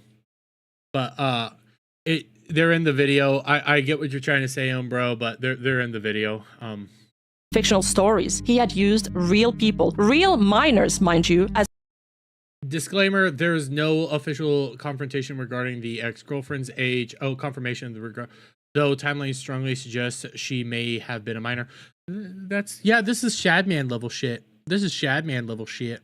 Material for adult works, and the breaches of trust didn't stop there. Korikori also disclosed that Gao had leaked confidential information about the VTubers he worked with, including Aqua herself. During conversations with the victim, Gao reportedly shared Aqua's actual age when she debuted in... You don't share this information ever. Like, in the grand scheme of things, guys, all the pedo stuff's still up here. All this shit is up here. Wood chipper. The VTuber stuff's down here. And I'm like, you know what? Maybe we should have told this stuff in reverse, to be quite honest with you, because then we could be like, hey, you know what? This shit's awful. Then we could go like, oh, I hate this guy even more. Because now it's like, oh, dude's a pedo. I mean... He's a pedo, then you're going like, well, he also revealed the VTuber, like the secrets behind the VTubers, and it's like, I already hate the dude. This isn't making me think anything worse. It's like, but he's a pedo. Everything else is kind of just null and void at that point. It's like, it's all bad. He's a monster. Hololive, something never publicly revealed. He also disclosed personal details about Aqua's dealings with Cover Corporation, and according to the victim, Gao said Cover wanted Aqua to sign a non-compete contract, preventing her from debuting immediately as Sakuna Yuki after her Hololive graduation. Aqua allegedly had resisted. By this point, the scandal wasn't just about Gao's personal relationships anymore. It was about betrayal. Betrayal of the fans, betrayal of the VTuber talents who trusted him, and betrayal of an industry that had once viewed him as a respected artist. The revelations had reached their end, but Gao's downfall had only just begun. The reactions from fans and industry circle was immediate and devastating. Gao wasn't just any illustrator. He was a beloved figure, both inside and outside of Hololive. Minato Aqua herself had spoken about him in high regard. For many fans, he was part of her identity. After all, he had designed both her Aqua and her Yuki model. The revelation that someone so trusted, so admired, could be at the center of such serious allegations left the VTuber community stunned. On social media, the mood was a mix of disbelief, anger, and heartbreak. Sakuna Yuki's fans, Aqua's reincarnation, rallied around her, but the atmosphere was heavy. People weren't just upset, they were lost. They were confused. Many fans, especially those who had followed Aqua's careers for years, didn't know how to process the betrayal. Even other artists who once worked alongside Gao publicly shared their sadness and confusion. I don't blame anybody for being upset about this one. This is dark. This is fucked up. I was expecting it would at least take a little bit of work to get this guy to confess, but it was like, no, I'm just going to come out here in the middle of this stuff and say that I'm worse than Shadman. Actually, I still think Shadman's worse, to be fair here. Shadman's just awful. Some clung to the faint hope that the person who joined Korikori's stream wasn't really him, but with Gao confirming the accusations live and even apologizing directly to the victim, denial felt like grasping at shadows. Many viewers agreed that Korikori's stream did at least one important thing. He convinced the victim to tell her mother and consider going to the police. And yet, even that moment was uncomfortable. Korikori had shown the private message the victim sent her mother live on stream, a move some saw as sensationalism, others as necessary evidence. I think it is sensationalism. I don't think that is actually important to do it, but hey, this guy is that's that guy's MO. He likes to do stuff like that. So. At this point, public opinion was nearly unanimous. People weren't waiting to see if the accusations were true. They were waiting to see what Gao would do next. His silence on social media was deafening. And for fans, collaborators, and even casual followers, there was only one word that echoed through the community: betrayal. Following Korikori's exposed stream, the VTuber community was holding its breath. Everyone was waiting to see what Yuki Sakuna would do. After all, her name was now attached to this controversy more than anyone else's. While Gao was a respected illustrator within industry circles, illustrators themselves rarely carried the public recognition of influencers or talents. But Korikori's stream had changed that. By framing the situation around Minato Aqua, now reincarnated as Yuki Sakuna, the You don't think you understand what runs through people's heads, and you don't think you know what? You don't want to know what goes through these people's heads, Clouds. I've heard people say, well, it's because there's sickness or they're addicted and all this stuff. I don't want to know. Well, I think the quickest solution to a lot of this is a wood chipper. Scandal had pulled her directly into the center of the storm. But Yuki Sakuna acted quickly. Just one day after Korikori's livestream on June 30, 2025, she addressed the situation indirectly through a tweet to her 628,000 followers. Her message was subtle but telling. I'm currently making adjustments regarding future activities, and I'll let you know as soon as things are finalized. Due to the scheduling, there are some work announcements coming up soon, and I'd be happy if you could warmly support those. Thank you for understanding. But it wasn't long before she made a formal announcement. On July 2nd, 2025, Sakuna released an official statement that addressed the situation directly. She would no longer be working with Gao. In response to the confirmation of inappropriate behavior by the illustrator, we have decided to refrain from using the illustration in the future. However, we make exceptions for recent work that is already in progress. After discussing the matter with the client, please understand this in advance.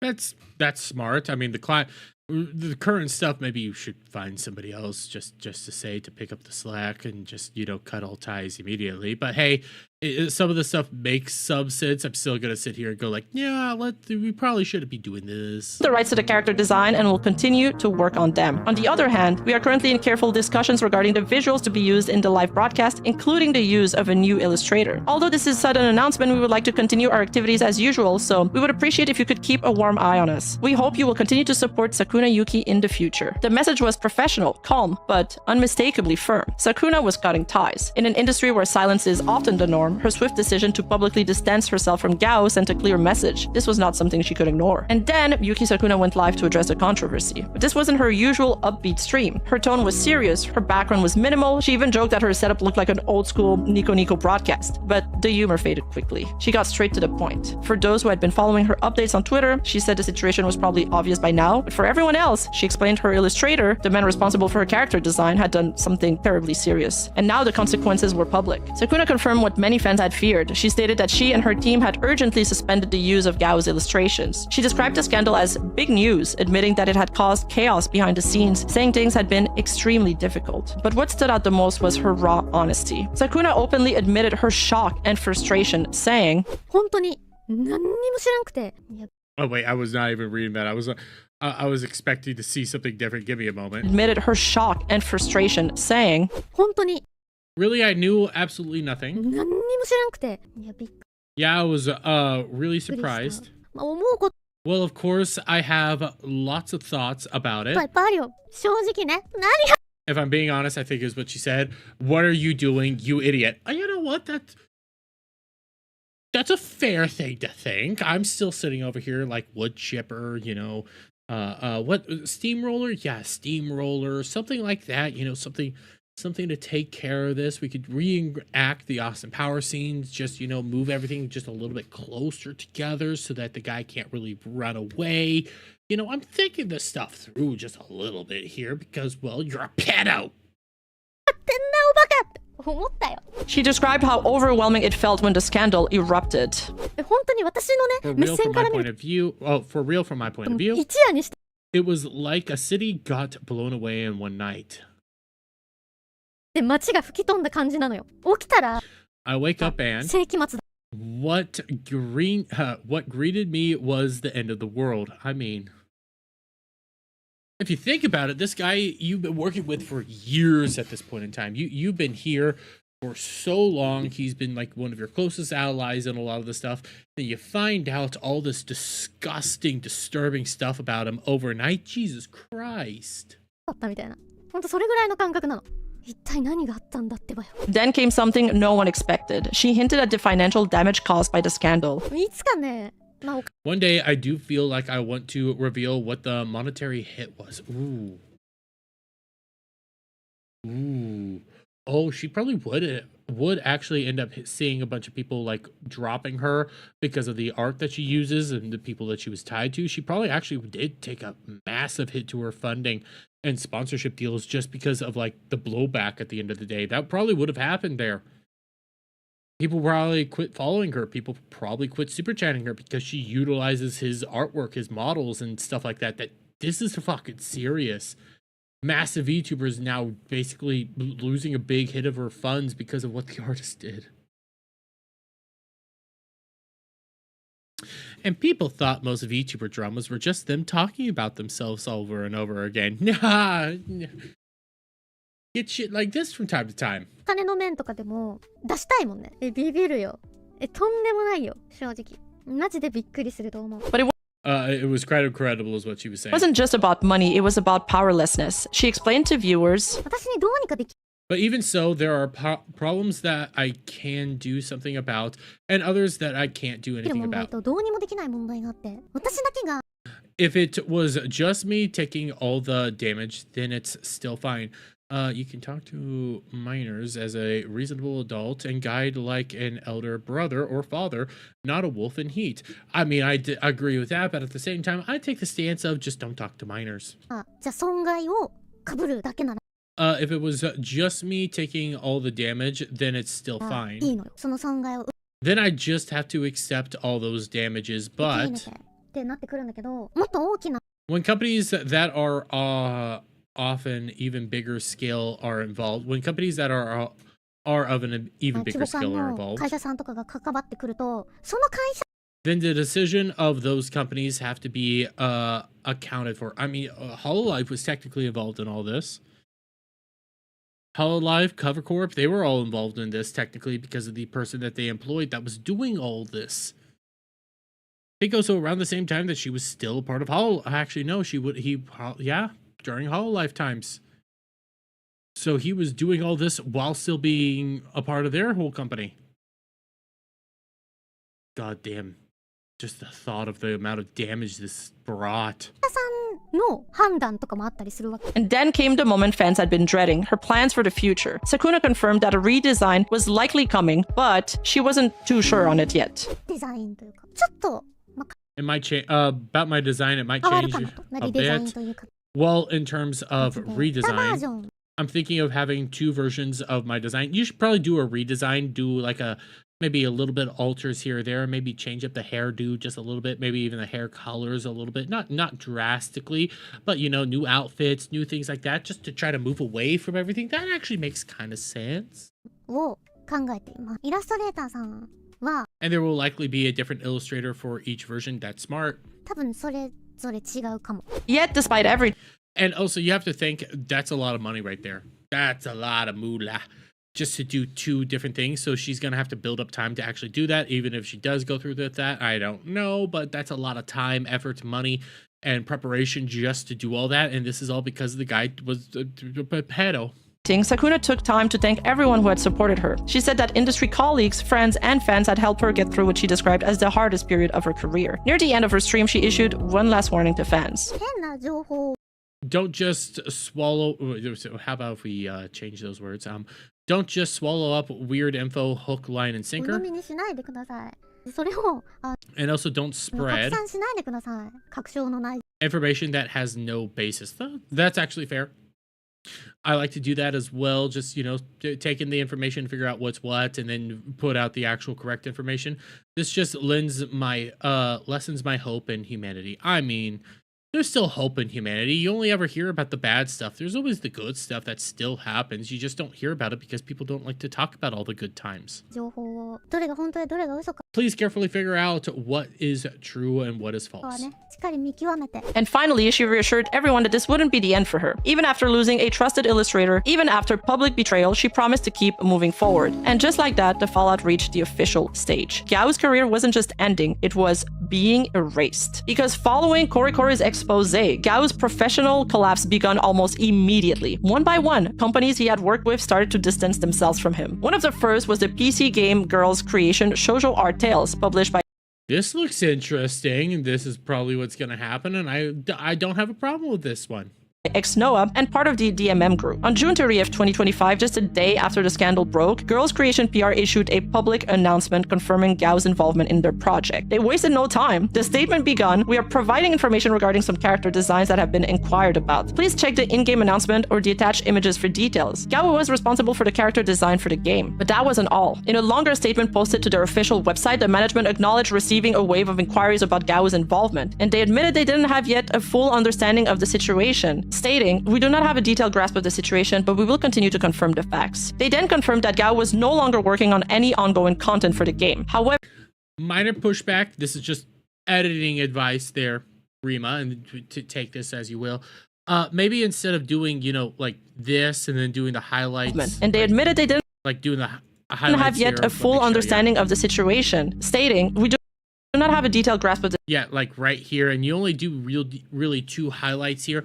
Maybe do the highlights on their own little thing. Don't put both back to back. Just my personal opinion here, because it is relatively hard to see this. I do like showing it all and then showing, hey, this is the original Japanese and then here's the English. I do like that, but maybe zoom in on this one more so and then show all the highlights that you're about to be doing. I think that's a better idea. That's just an editor thought process that I'm going on here. I know it's besides the point. It's just me nitpicking the situation, but we will continue to confirm the facts. They then confirmed that Gao was no longer working on any ongoing content for the game. However, rightfully so, the most significant part of their announcement came next. Please be aware that there is a possibility that the character designs may change. In other words, even characters already in the game could soon be removed or totally redesigned. This announcement triggered a mixed response from players. While many supported the company's decision to distance itself from Gao, others were conflicted. Some fans felt uneasy about losing characters they had come to love simply because of the illustrator's personal behavior. Probably a redesign would be the smartest move there. I get what the fans are saying, like, hey, we don't want to lose these characters. Just a redesign, maybe change up some looks here or there, alter some things here or there. Just minor changes, but just enough so that, they're no longer the same thing. I mean, they do that in like comic books, for crying out loud. How many different designs of Superman do we have? So there is ways to do this, and I get why people are frustrated and upset with it, but at the same time, get away from him. After all, as some pointed out, the characters themselves hadn't done anything wrong, but from the company's perspective, the risk was too clear.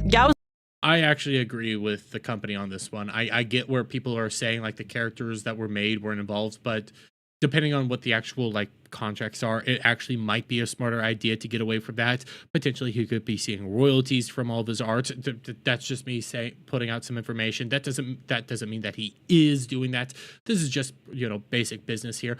And you don't need to change them drastically. You just need to change them enough so that he loses any sort of claim for any of this work. His name had become a liability, and Girls Creation PR wasn't taking any chances. For now, his art remained in the game, but his future was uncertain. And yet again, another client prepared to erase him. By early July, yet another major publisher joined the growing list of companies cutting ties with Gao. On July 1st, Kadokawa. Howdy, Kadokawa. How are you doing? Kawa's Dengenki Bunko, one of Japan's most prestigious light novel publishers, announced that they would be replacing Gao as illustrator for the popular light novel series I'm a Guild Receptionist, but I don't want to work overtime. Oh, I've heard about this series. I've actually heard about the series, and I think, doesn't it have an anime right now? Sorry, I'm going off on a weird tangent here. Doesn't this actually have an anime right now? I am a Guild Receptionist, but I don't want to work overtime. Yeah, it does have an anime right now. It came out last year. I've been told decent things about the anime, so I might check this out. But if he was the artist, holy crap. Holy crap. So I'm going to defeat the boss solo, more commonly known as Gilmasu. The announcement made through their official website was simple and straight to the point. No reason was given for the decision, but for those following the scandal, the timing spoke for itself. Dengeki Bunko stated, "We sincerely apologize for all of our devoted readers for the concern caused. We are currently in discussion regarding the illustrator for the new book and the handling of existing books, and we'll make an announcement once a decision has been made." In other words, Gao's replacement was not just for future volumes. Discussions were already underway regarding what to do with the existing 8 published volumes, whether to reprint them with new artwork or leave them as they were. Gilmasu wasn't a small or niche title. It had been published since March 2021, had won the gold prize at the 27 Dengenki Novel Prize, and had even received a TV anime adaptation earlier in 2025. For Dengenki Bunko, this was a high-profile series, and removing Gao as its illustrator was not a decision they made lightly. Unlike some smaller publishers, Kadokawa made no attempt to soften the news. They acted decisively. Another major project, another subvert contract, and Gao's reputation fell further. And again, I don't know what his actual contracts are going to be, but for people that might be saying, hey, they shouldn't have to do this, the characters, are in fault. Hearing that they have to go back and change stuff, there might potentially be, at least within the anime and everything like this and the manga, or the light novel, whatever you want to say, the more specifics there could easily be, especially with a video game, that he gets some royalties based on how well these things are because he made the artwork for it. So they actually might have a financial reason to go in there and try to cut as much ties away from him as possible. That's why you do these redesigns. Now, that's not, again, that's not me saying that is 100% confirmed or I have any proof to say that. That's just me throwing it out there as a justification and a reason to possibly be doing this. Try to get away from there as much as possible. Do minor redesigns, minor alters, just enough though that they can end up not having to give him any sort of money. There is ways to do this. You can even take a look at character. Actually, VTubers is a good example of this. Narrow-sama. Narrow-sama had to go undergo a redesign. The original Narrow-sama model was an actual like a model that Vettel could not use for financial purposes. It was against the TOS of that actual model to do anything financially with it. It was just to be used as fun times, you know, stuff like that. So he went out there and did a redesign for the Narrow model, and it looks similar, but not the exact same. If I could actually give a Narrow-sama OG model versus new model. The new model. I'm trying to see. Yeah, it's a screen. It's not perfect what I'm showing here, but this is OG Narrow-sama versus new G Narrow-sama. So this was the original. Here's the new. There's minor changes, but enough to make it like, hey, this is an OG creation. There's not too much differences here. Same sort of uniform, just a few different colorings here or there. This is what a lot of people end up doing. So when it comes to a general redesign, it doesn't have to be drastic. It just has to be enough to basically get rights away from people. Into freefall. And then another major blow to his career came from the anime and light novel series Welcome to the Exile's Dinner, one of his most public and recognizable projects. Originally, Gao had been credited as the character designer for both the light novel series and its upcoming TV anime adaptation, but that changed almost overnight. By June 30th, just days after the scandal broke, fans noticed a quiet but deliberate change. On the official website for the anime, the staff credits had been altered. The line reading character design Gao was removed. No explanation, no announcement, just gone. This deletion was later confirmed through archival snapshots from the Wayback Machine, proving that Gao's name had been scrubbed from the official anime site before the first episode even aired. And then on July 2nd, a formal announcement followed from Overlap's Novels, the publisher of the original light novel series. In their official blog post, they stated, "We're currently in discussion regarding the new illustrator and timing of the response, and we'll provide an update once a decision has been made." They confirmed that not only would future volumes of the light novel use a different illustrator, but even previously published editions of the novels might be reissued with entirely new artwork. In other words, Gao was being removed from both the anime adaptation and the original novels that it. Just think about it like this real quick, okay? They're undergoing this man has caused so much financial disaster because of everything that he's done. And I'm willing to bet he had good contracts if they're having to go this far. All I'm gonna say is if you have those OG versions of any of this stuff, that shit's probably going to be worth some money. I'm just going to say, because now you're going to have alterations, massive alterations. Yeah, they're going to go forward probably with the alterations, but again, that's some good stuff. He was rich AF, probably, because just think about all this. How many people are having to change this stuff? And if it could, like, I am starting to think maybe he did have that contract that, hey, he's going to get royalties off this. Maybe he was royalty rich in all this stuff. So if he is getting serious kickbacks, they're trying to make sure that they don't have to pay him anymore and cut as much ties as possible. Bro probably was making decent amount of money because he was all over the place in these serious light novels. Apparently people like him. I kind of want to read a lot of these because if they're so successful, and I kind of want to see that anime. But at the same time, they're having to change so much of the stuff because of him. The financial impact is massive. The amount of money people are going to have to be spending now because of these decisions is insane. Heck, you can think to Rurouni Kenshin. The creator of Rurouni Kenshin had his own, things go down, and they basically had to stop the anime and then restart it up. But there's serious stuff there. Just the amount of financial impact there alone, like this stuff is serious. Multiple animes and mangas, even if he had royalties in one of them, it's a huge amount of money. Yeah. Oh, yeah. was based on. For a series that had captivated readers and was preparing for its anime broadcast, this was no minor adjustment. And for Gao, the message was unmistakable. His name wasn't just being pushed aside, it was being erased. But also he deserved it. And yet Gao's situation... At the end of the day, he kind of deserved it. He brought this on himself, and part of me wonders what would have happened if he at least fought. You know what? I'm happy he didn't fight and he went away willingly, but what would have happened if he fought back and said, no, I didn't do this. I am standing on principle. I did not bone this girl. Had you dead to rights, but it would have been at least a little bit more interesting to see you fight back. Continued to worsen as another high-profile project publicly severed ties with him. This time it was the One N No Watson, a new light novel published under Shogakukan's Gagaga Bunko label. The novel wasn't just another release, it had already... There was a lot of words in that one. I should have paused then. That sounded more like gibberish, to be honest. Gained recognition, having won the Excellence Award at the 19th Shogakukan Light Novel Awards. The series, positioned as a contemporary mystery with a unique spin on the detective genre, was expected to be a significant title for the publisher. Originally scheduled for release in July 18th, 2025, the timing couldn't be worse, and Gao was responsible for the character designs and cover art. The novel's future suddenly shifted. On June 30th, the official announcement came, stating the release will be postponed and have a change. Maybe he was getting away with something for so long that he decided it was no longer worth it. I doubt it. I think they just had him dead to rights, and he just said, you know what, I'm just going to give up. I'm going to give up trying to fight back against this. I mean, it was all awful. Don't get me wrong. What he did was awful. But part of me wishes he would fight, because then it would be just a little bit more of a juicier story, and say, you just gave up. Come on. I like the hunt. Change of illustrator. But actually, the more I think about this, think about it when you get like...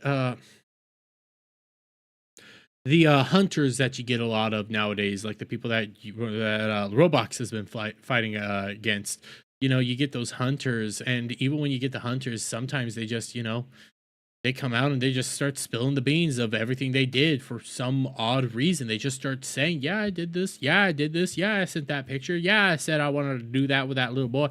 They just start saying all that nonsense, and it's like, why? Why are you just... Is there no, like, fight sense in any of you? It's just surrender and give up? Come on, give me the chase. I like the chase. Gives me something to put my feet up and laugh at. He's rich and will come back after a few years in prison. Yeah. Yeah.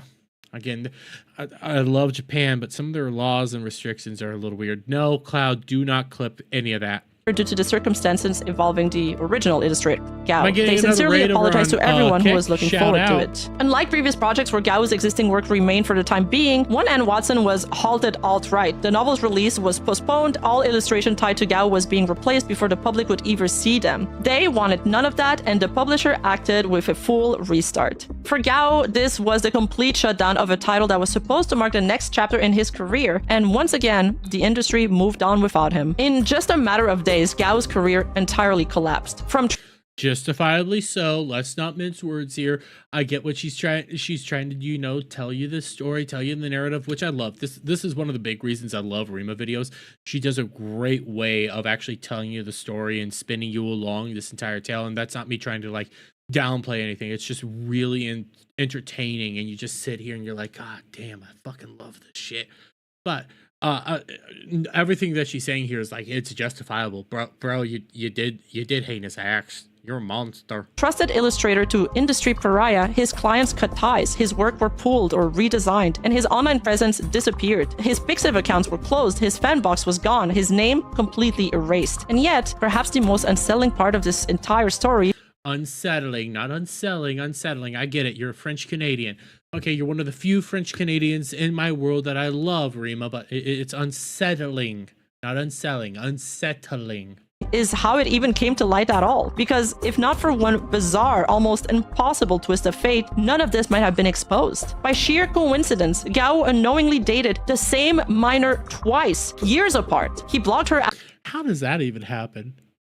I unknowingly dated the same minor twice. And again, I have a sleazy joke that I want to say that I'm not going to say. I'm not going to say it, especially because it's so dark, depressing, and awful.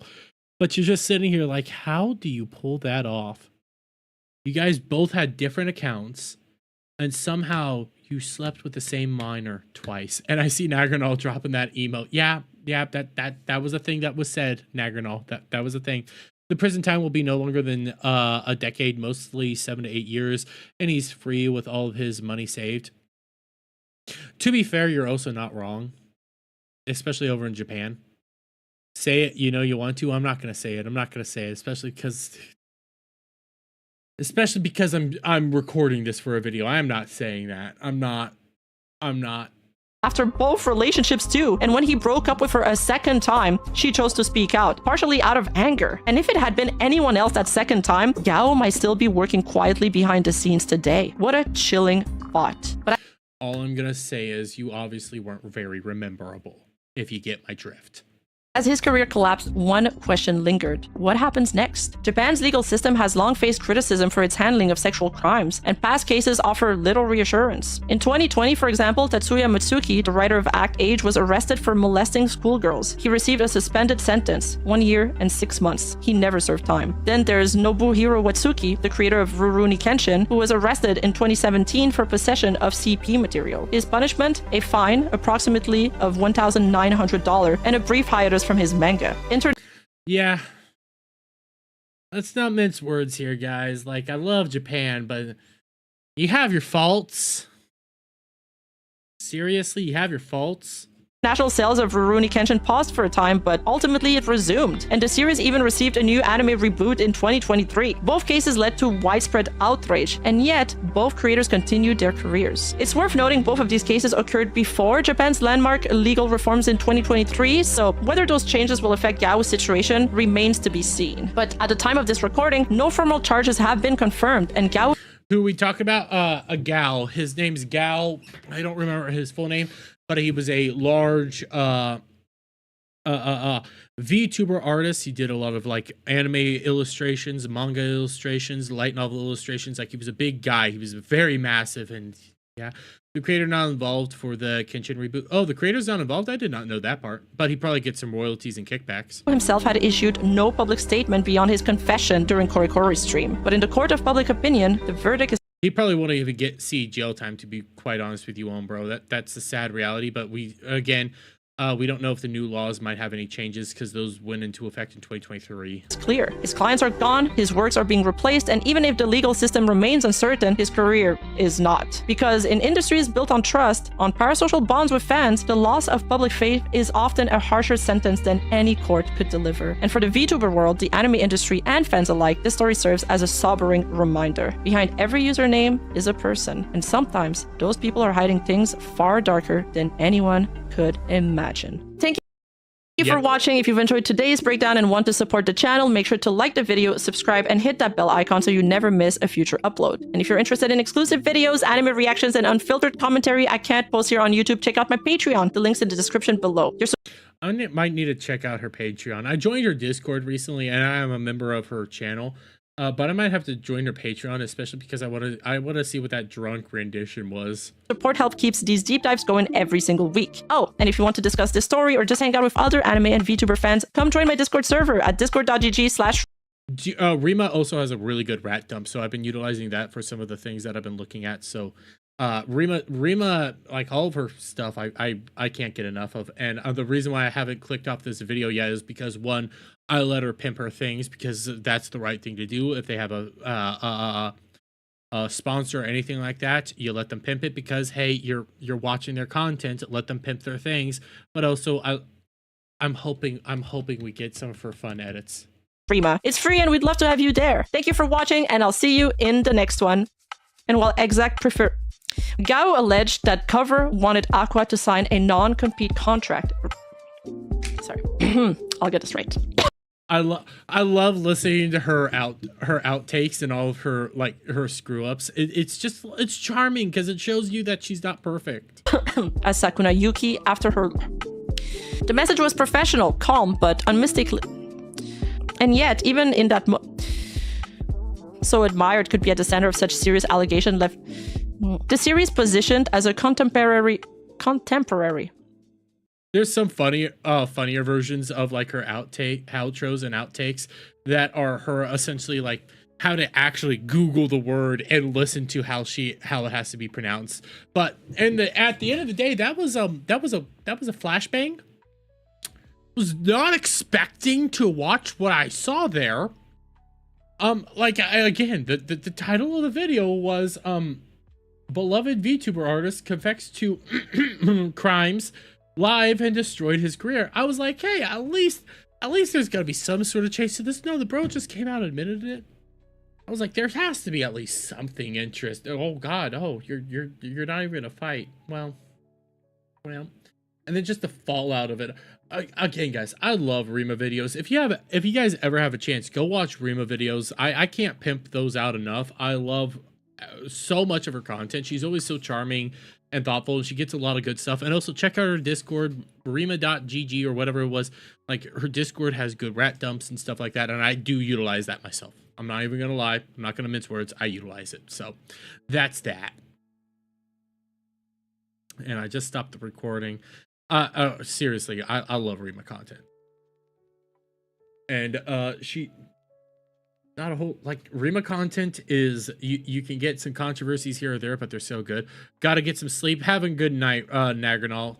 It's almost 2 a.m. It's almost 2 a.m. I also need to be getting some, I need to be rounding it up, and I have to edit 2 videos.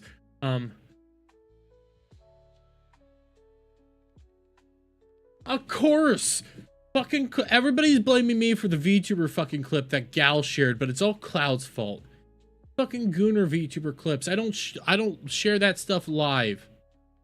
Wait, what's trend? Why is Twitch streamers trending? What's going on here? What is happening? Why is Twitch streamers trending?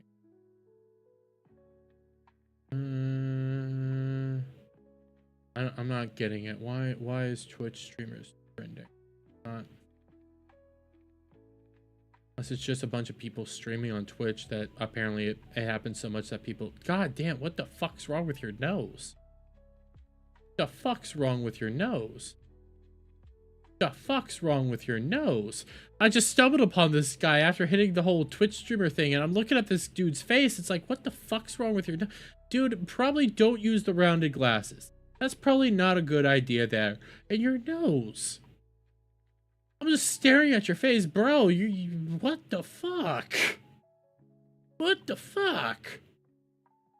Luna Snow? Oh, okay, I know who that is. Browning, okay, that's sports.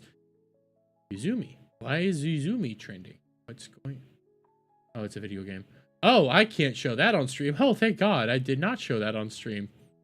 But I need to start wrapping it up as well. Again, because it's been kind of a slow, it was a slow news week last week. It's a slow news weekend. If something, I'm kind of happy about that Hasan thing because I had literally nothing to talk about. I don't even know if I'll upload that other Hasan clip because I was mainly just venting my frustration a little bit. Wait.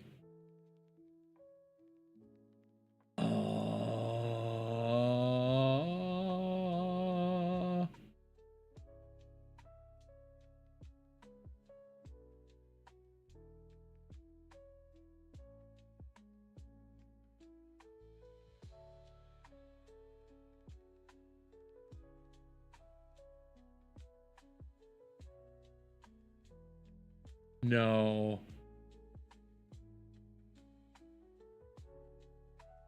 No. How much longer? So, okay.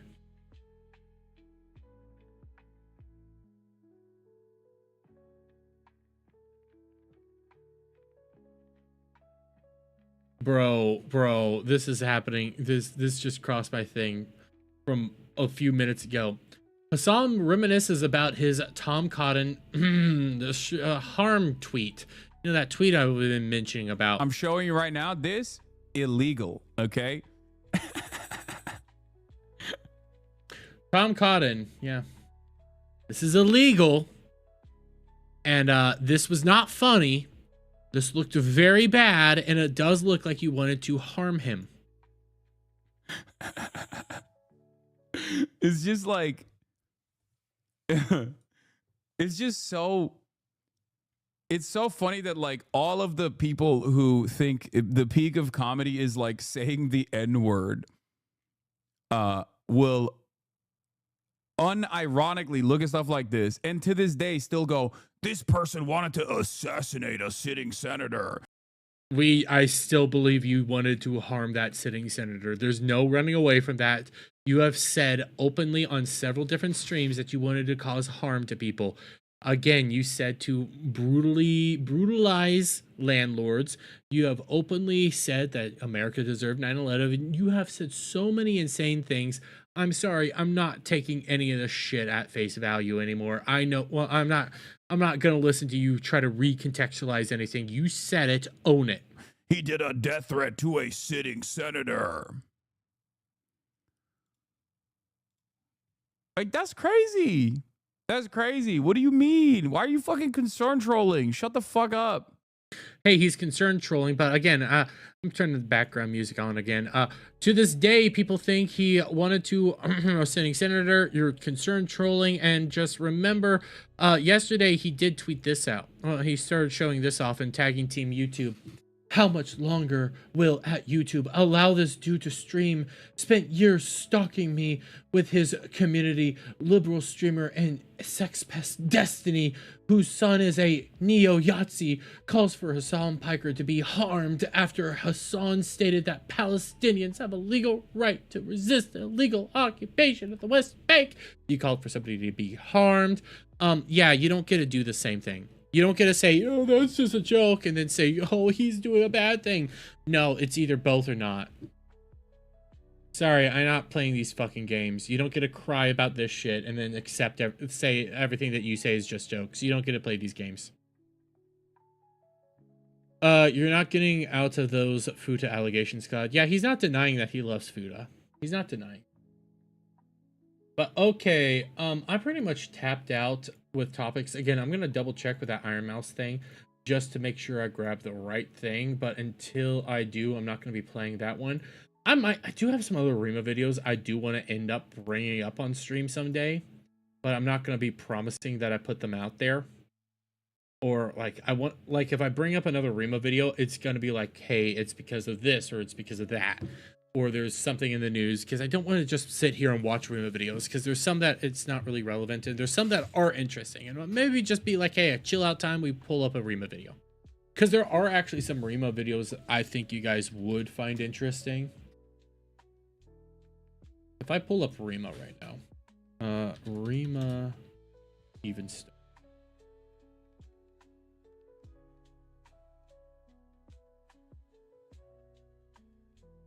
Yep, this is the main one. So like if I look at some of her content, I haven't watched this one yet. She cheated, crashed your car, nearly killed him, 5 Google Docs dropped. I kind of want to read this one. Watch this one. This one sounds interesting. But you have, excuse me, you have ones that are just more like, hey, we should listen to this and end up seeing like how it all plays out. Like I already did it, but like the grooming, lies, and hijacked accounts. This one it's a long video, but it's such an interesting video. Wait, no, that wasn't that one. It was this one, the sex pest. This was the one I was thinking of, the sex pest. He uses VTuber agency like a dating sim. This is an interesting one, and she has a follow-up as well. And it's such an interesting story. And no joke. I'm not even gonna lie on this one. The sex pest one, bro caused a girl to have serious health issues and get diabetes. That's an actual thing. We might watch that one someday, because the Cometa stuff was so fascinating to me. So fascinating. Yeah, there's Fuwawa, there's Gura, there's Filian. There's a bunch of like actually interesting videos that Rima has made on different people. And I love just like listening, sitting there, turning them on and listening to them, because there's so many interesting stories. So many interesting stories that she has covered that I never realized. Like the Niji Sanji is unironically evil back when she was a horse girl.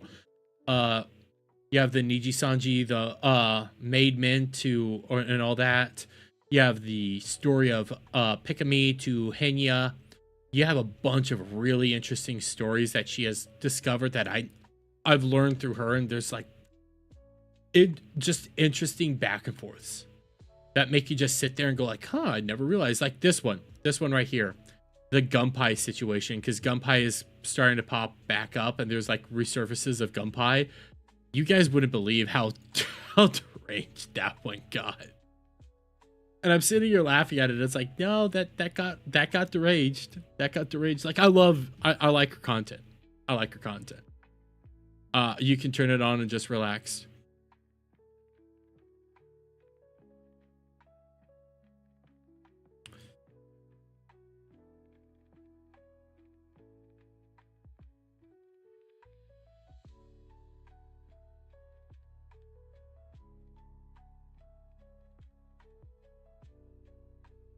But on that note, I think I'm gonna start wrapping it up, especially because I'm tired. I still have work tomorrow. And I will say this again: if there's nothing to cover tomorrow, no content, I'll probably play some more Red Dead because I'm so close to the end. I'm on the I think I'm started the last epilogue. No, maybe at the. I'm almost. I think maybe I'm in the middle of the last epilogue, or I'm right at like. I've only done one quest in the last epilogue quest line. I need to double check. I think I am in the last epilogue quest line. So we wrap that up, and then we move on to something else. Just to finish it up. So, well, I think you're protesting too much, Cloud. You could have just ignored me, my crazy statement, but you decided to fight me on them. So, I mean, she has a point, Cloud. You should just stop protesting. You know, you should just stop fighting back so hard. I think you bring it on yourself in the grand scheme of things. But anyways, you guys all have a lovely night and a lovely time wherever you are. Ariel, I love you. Cloud, go get lost. And everybody have a fun time at the end of the day, and I'll see you next time. Bye for now.